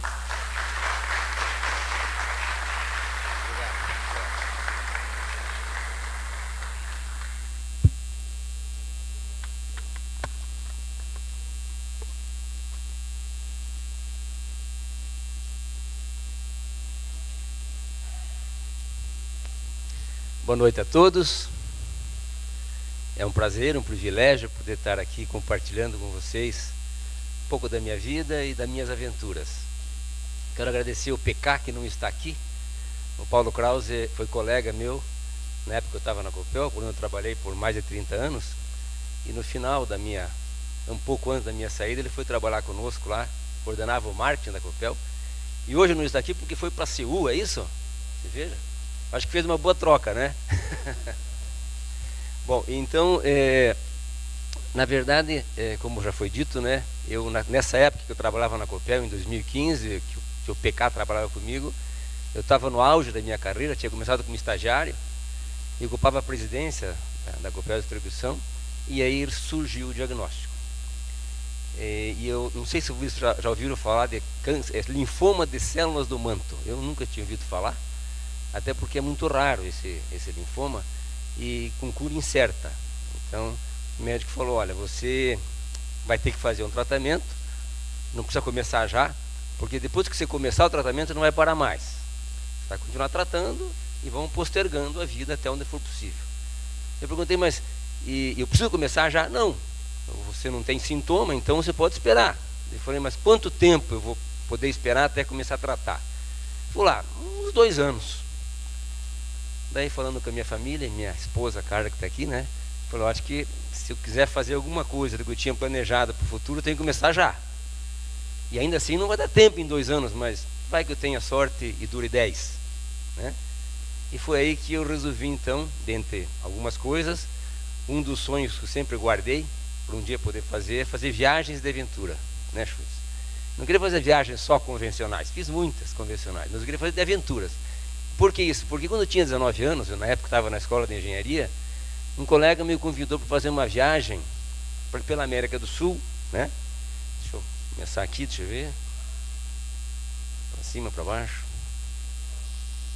Isso. Um colega me convidou para fazer uma viagem, então, pela América do Sul. E fomos em 4 colegas. E a Brasília era amarela. Não parece aqui, porque está em preto e branco. E nós preparamos uma carreta, que nós carregávamos as tralhas, e quando chegava a noite, transformava ela no nosso apartamento. E nós percorremos 30 e poucos dias nas férias escolares, e eu voltei encantado. Era isso que eu queria para a minha vida.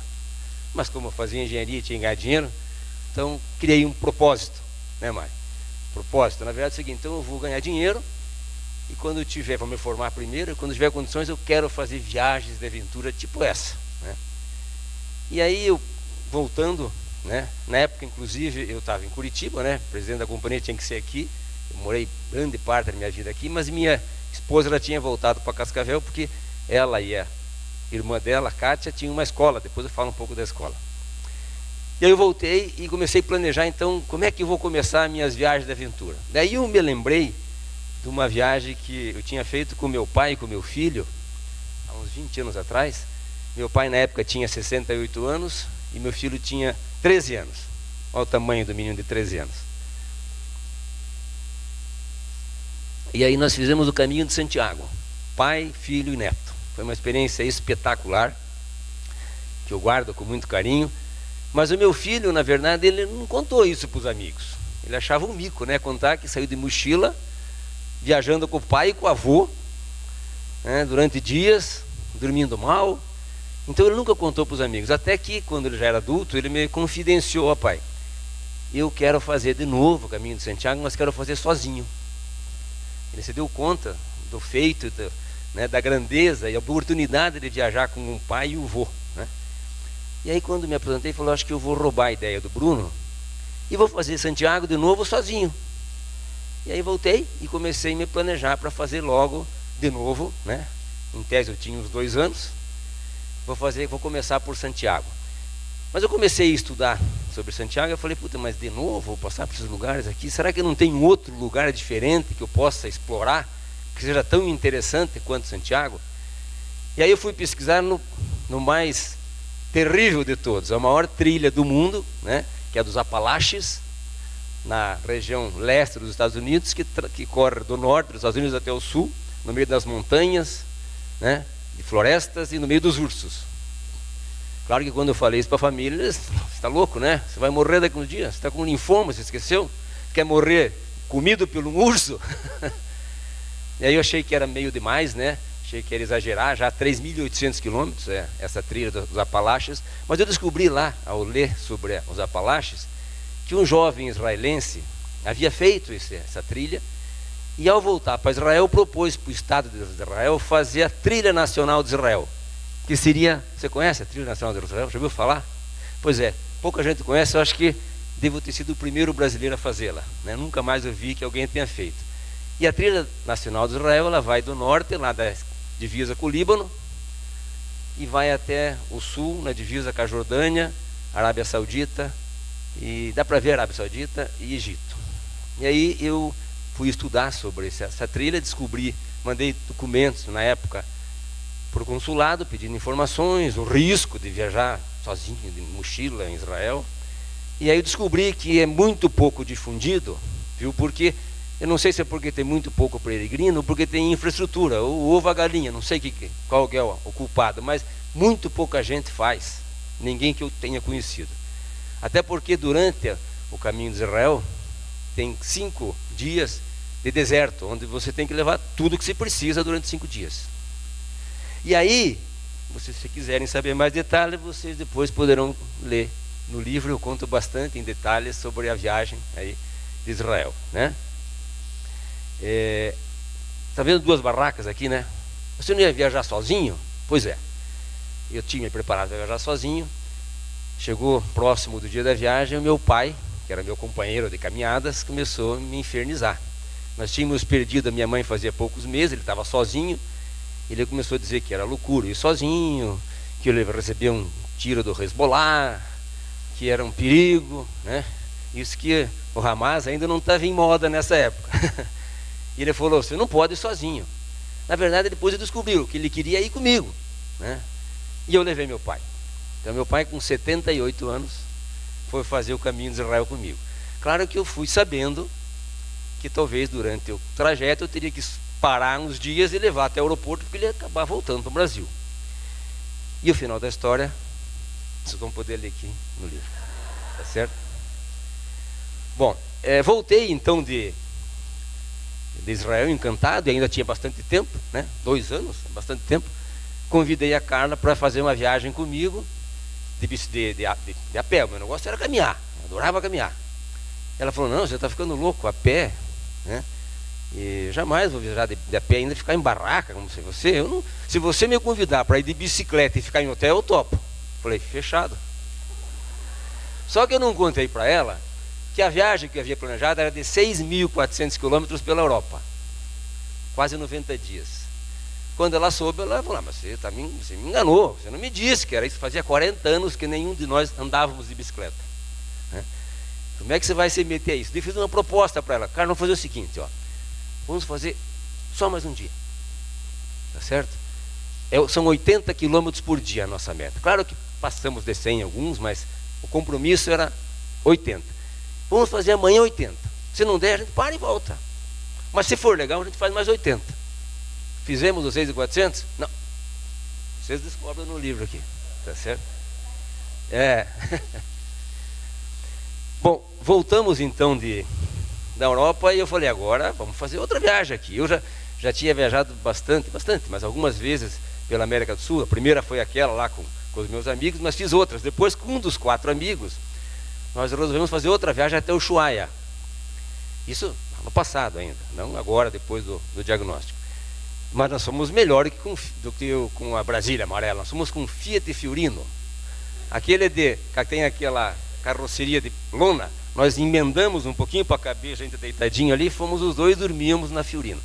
Então eu já tinha feito algumas viagens pela América do Sul, todas de aventura, e aí eu convidei a Carla. Carla, tem uma região aí que eu adoraria visitar e não fui ainda, que é a Carretera Austral, né? É uma região que os europeus adoram, onde você vai normalmente de bicicleta ou a pé, né? Você deve conhecer muito bem, já foi para a Carretera Austral? Carretera Austral, no Chile. Você pega, são 1.200 quilômetros até Porto Higgins, né? Está lá de cima, lá em Porto Monte, lá para cima e desce. Só não vai até Ushuaia, vai só até Porto Higgins. Mas é uma região inóspita, floresta, estrada de terra, pedras. Isso eu não contei bem para a Carla como é que seria. Ela topou aí comigo, né? E nós fizemos então 1.200 quilômetros.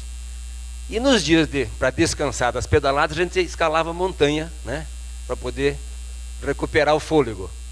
E foi uma experiência espetacular, uma talvez das mais difíceis, né? Muito barro, muita chuva, muito frio, mas foi inesquecível, né, Carla? Bom, e eu não podia parar. Daí eu voltei de lá e descobri que existia o Tour de África.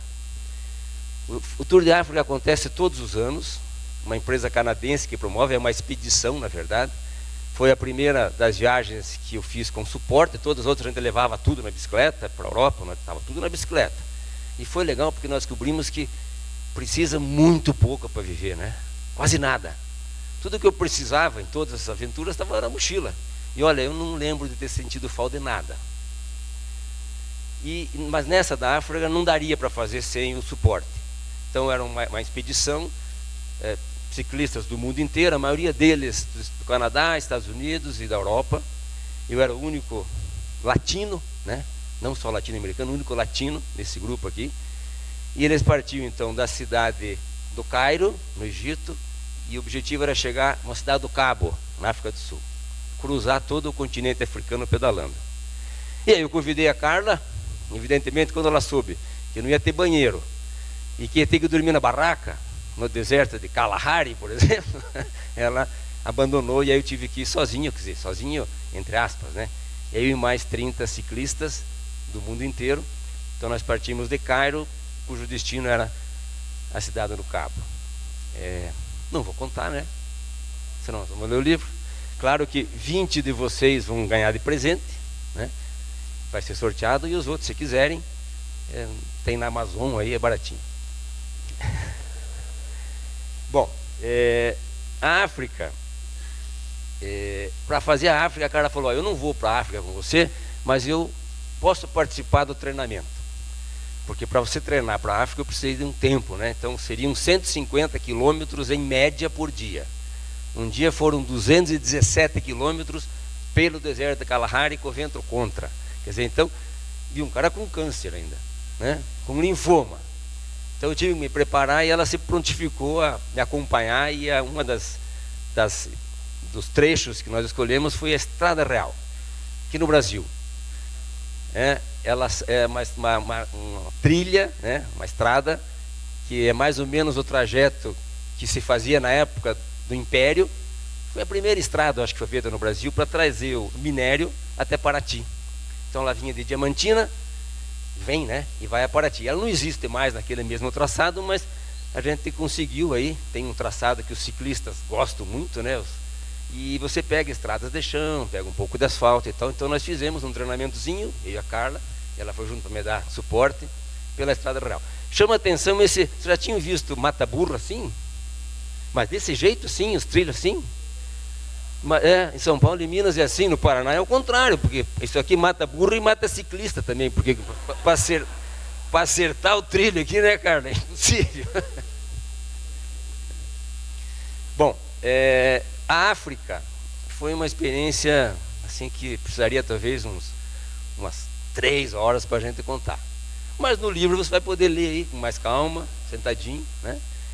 E aqui é como é que ficávamos quando a gente chegava no lugar para acampar. O suporte levava nosso material todo, mas nós tínhamos que pegar no caminhão, cada um arma sua barraca, levantava 4 horas da manhã, desmancha a barraca, põe no caminhão e vai, e assim por diante. Tinha um pessoal de apoio, tinha o pessoal que carregava, o cozinheiro, tinha um médico na equipe, então é muito bem organizado. Isso aqui é no... Opa, desculpa. Bom, agora já foi. Ih, como é que volta aqui agora? Como é que volta aqui? Isso, está aqui, ó.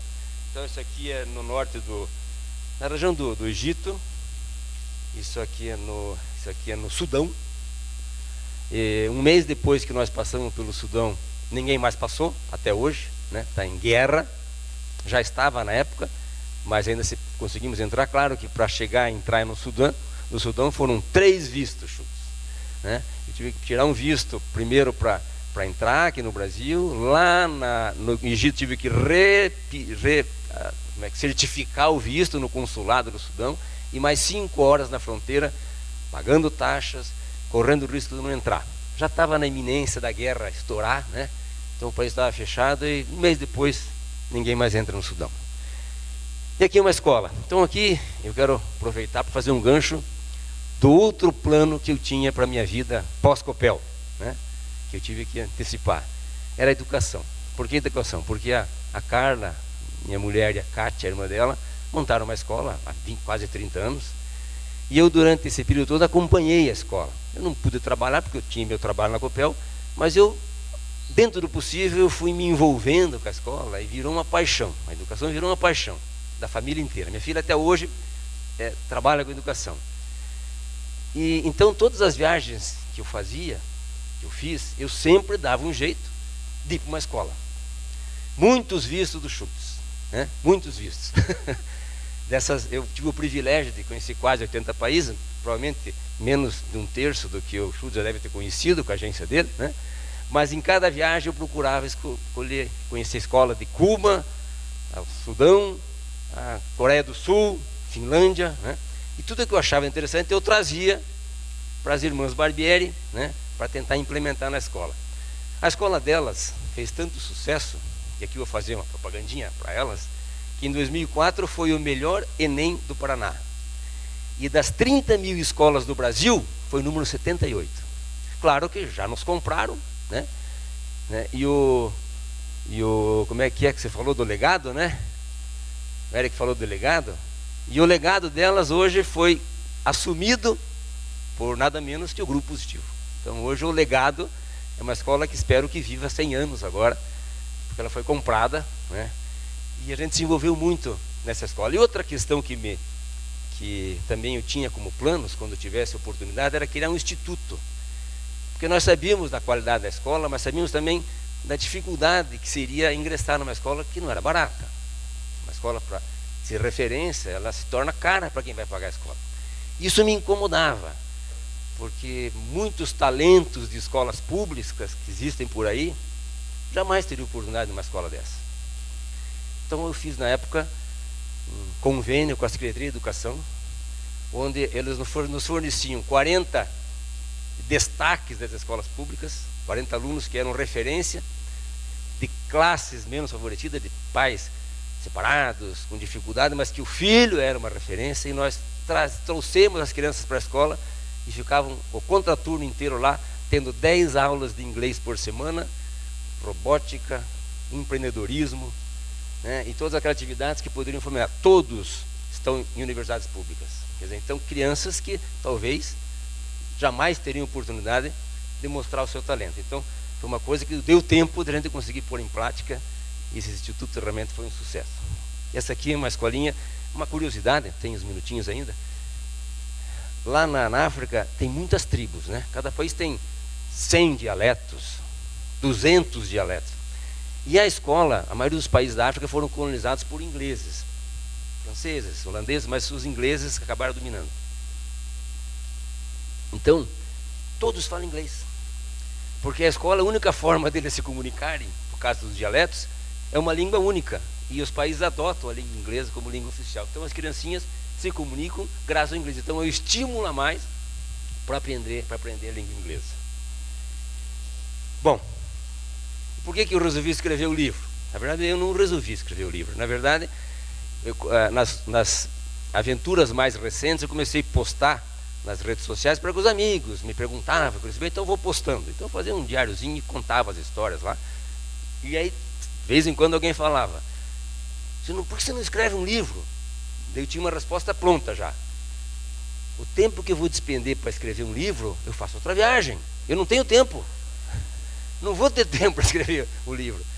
Até que um dia meu filho, mais velho, Bruno, aquele meu companheiro de caminhada, ele falou, pai, você tem que escrever o livro. Eu quero que você escreva um livro, conta da tua infância, de quase 70 anos atrás, né? Que eles não têm nem noção de como é que era a vida, né, naquela época. Conta da tua trajetória na Copel e conta das tuas histórias de viagem, porque eu quero deixar para o teu neto, que eu ainda não os tenho, né? Mas um dia virão. E eles tinham medo que talvez não tivéssemos oportunidade de nos cruzar, os meus netos comigo. Então ele pediu, escreva. Bom, daí eu tive que me render, né, cara? E escrevi o livro. Mas para mim escrever um livro era fazer um relatório em Word, né? Umas fotos, e mandei para ele, tá aí o livro. Ele falou, pai, você não entendeu. Eu quero um livro que fique na estante, que meu filho possa ir lá e pegar quando ele tiver curiosidade e ler. Publique esse livro, né? Edite o livro. Daí acabei editando o livro. Durante a edição eu descobri um pouco sobre... Eu já tinha escrito um livro há muito tempo atrás, mas também não tinha publicado. Eu fiz e doei para os familiares só. E aí eu comecei a aprender um pouco sobre esse mundo literário. Descobri que antes de você publicar um livro, é bom que você mande para alguns leitores beta. Sabe o que são leitores beta? São não aquelas pessoas que são puxa-saco, que sempre vão falar, nossa, que legal, adorei teu livro, né? São os familiares, os amigos. É aquele que é um escritor, que é um jornalista, é alguém que é das letras e que vai fazer uma avaliação mais crítica sobre o teu livro. Então eu selecionei algumas pessoas que conhecia, mandei o livro e falou: faça uma leitura beta para mim. Muitas contribuições, né? Algumas eu contemplei, outras não, mas uma me chamou a atenção, que inclusive é a revisora do livro. A Tânia falou: olha, eu gostei do livro, dei as contribuições, só tem um detalhe, você falou lá, começa o livro contando da mudança da tua vida em função do diagnóstico, mas daí eu fiquei o tempo inteiro esperando, será que já morreu? Como é que tá? Né?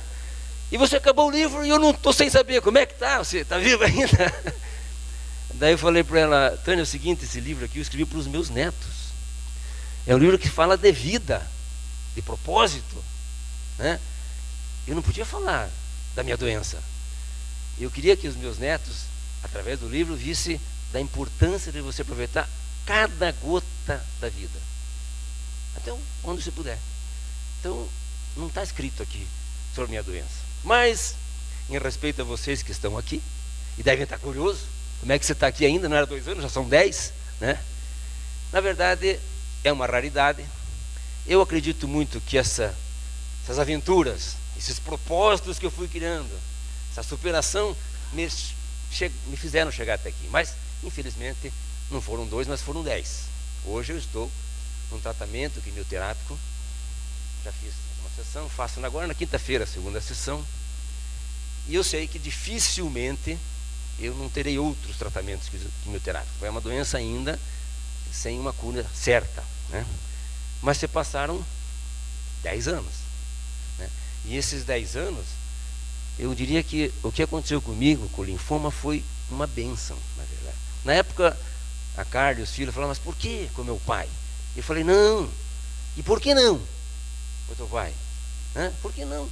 Tanta gente passa por isso. Eu ainda fui um privilegiado. Eu tive condições de abandonar meu emprego. Era um bom emprego, viu? O presidente da Copel ganha bem. Hoje muito mais, né? O primo do prefeito lá, de presidente, ele ganha muito mais, mas já ganhava bem. Mas eu tive o privilégio de abrir mão e fazer aquilo que eu tinha sonhado em fazer para a minha vida. Então, eu estou no lucro, né? Na verdade, eu não teria mais nada para reclamar, né? Eu só tenho a agradecer. Há poucos dias atrás, eu li essa frase. Você conhece esse sujeito ali embaixo? Ele talvez não, mas a empresa dele todo mundo conhece.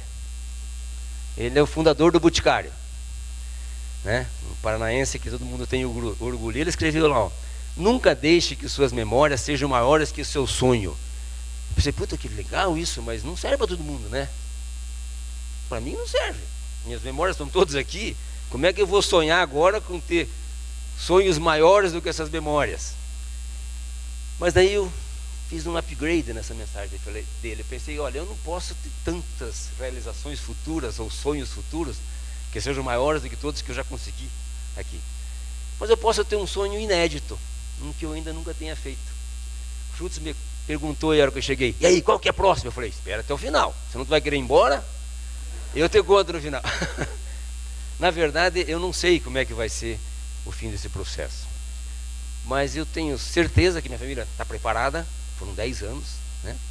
Alguns até acho que estão meio assim decepcionados: como é que esse cara não foi ainda? Está por aí ainda. Mas na verdade eu até me perdi aqui. Bom, estava falando aqui da frase. Pois é, eu não sei exatamente como é que vai ser esse tratamento, mas a minha expectativa é que eu entre em remissão. Se a remissão vai ser de 6 meses, de 1 ano, de 5 anos, eu não sei. Eu vou começar de novo como 10 anos atrás. Eu espero que o tratamento me leve à remissão. E se eu entrar em remissão em fevereiro, que quando nasce a minha neta Betina, minha primeira neta, eu tenho um propósito. Eu quero fazer a primeira maratona da minha vida, que eu não fiz ainda. Já fiz muitas meias maratonas, e a Carla era minha personal trainer, maratonista, mas eu nunca fiz maratona. Então, eu já tenho um plano que vai me manter vivo por mais um tempo. Eu farei a maratona de Berlim em outubro do ano que vem.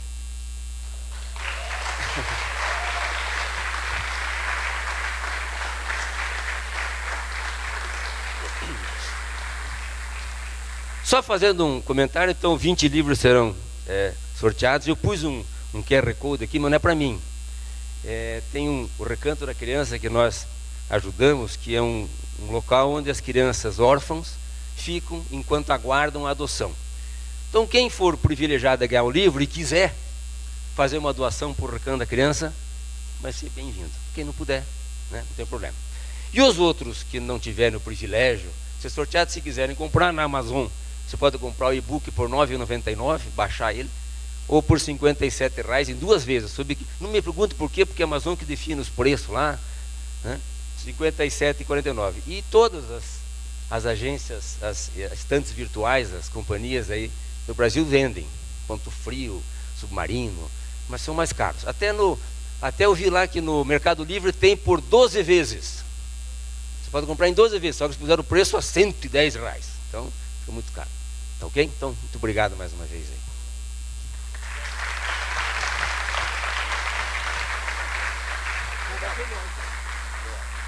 Parabéns. Mais uma história inspiradora, né, gente? A gente segura um pouquinho a lágrima. Eu que sou emocional, quem me conhece de perto, a Dani é emocional, já começa a chorar, né? É muito linda essa história, Vladimir, também. Obrigada por estar compartilhando com a gente. Eu vou aproveitar e vou pedir para você continuar aqui com a gente no palco. Vem cá, vamos sortear junto o seu livro, né? Vamos começar a chamar o pessoal aqui para... Tá, você vai. Vamos lá. Stefane da Silva.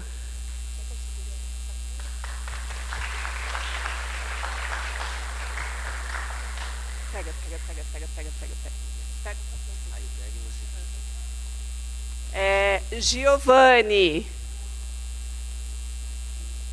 Giovanni Bogatin.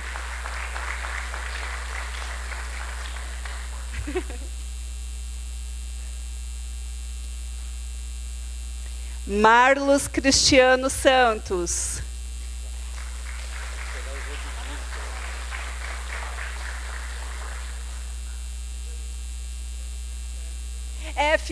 Por favor, fiquem aqui para a gente tirar uma foto com todos vocês. Desculpem, esqueci. Marcos José. Isso!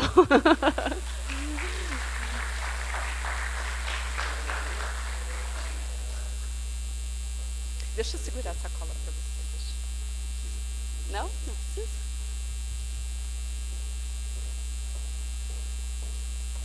Rafael Turra.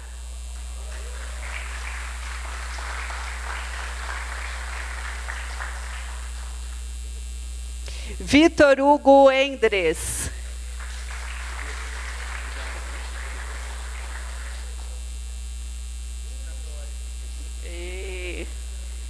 Joel Kulig.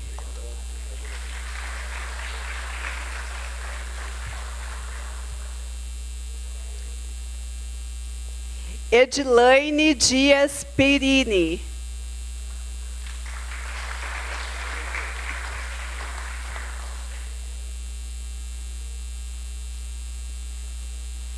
Sirlene Schutz. O meu não tá aí, né? O meu não tá aí, né? A Sirlene.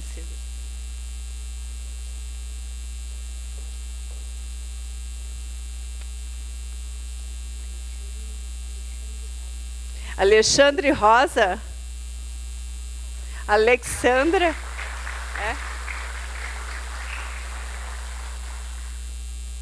Lucas Vidal.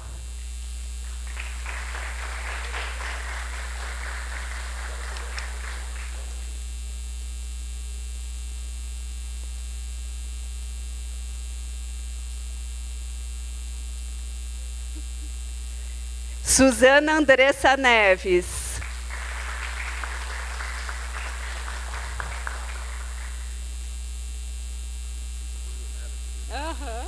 Gabriela Cobo Kaiser.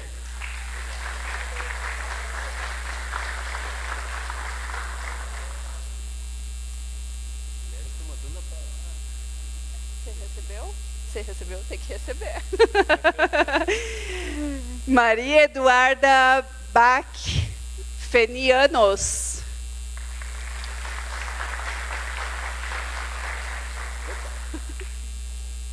Eros Arthur.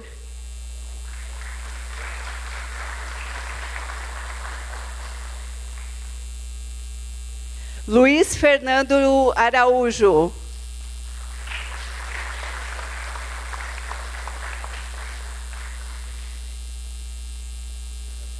Rafaela Kulig.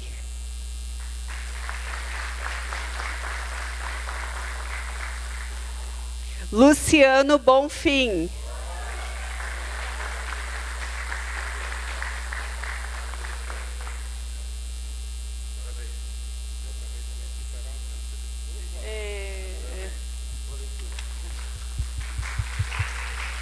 Giane Chagas.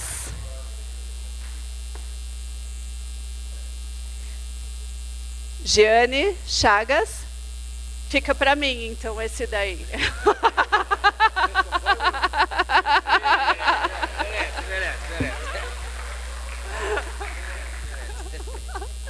A gente não perde a oportunidade. Gustavo Fontana Simões. Próximo.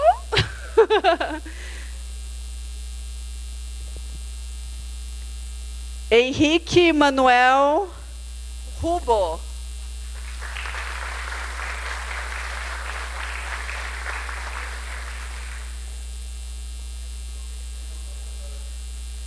Acabou?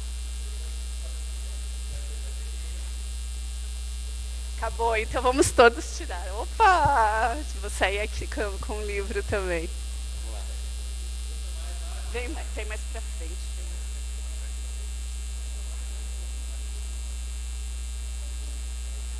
Vem mais pra cá, pro meio. Aqui, ó. É, mas aparece. Não, mais pro meio na frente.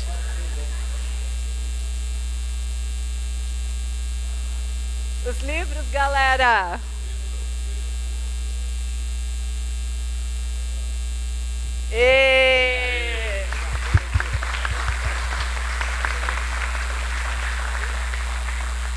Eu digo para vocês que eu tô saindo daqui com vontade de sair maratonando, pedalando por aí também, hein? Bom, pessoal, para terminar, muito obrigado. Vou chamar os palestrantes aqui para a gente tirar uma foto para fechar o evento. No dia 20 de outubro, nós temos o nosso Business Round, que é uma rodada de negócios lúdica para conhecermos novas empresas do Vale do Pinhão.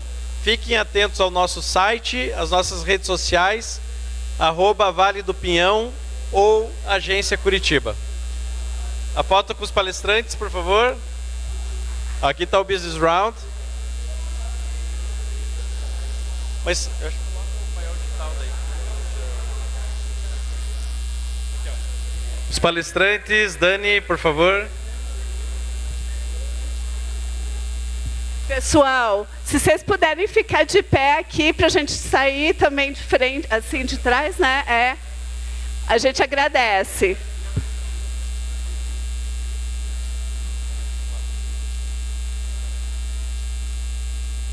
é o livro que conta a história de Santa Cruz.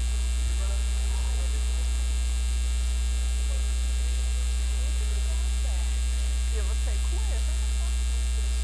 Haroldo, vem para esse lado aqui, daí a gente fica 2 horas de cada lado, aqui, as mulheres.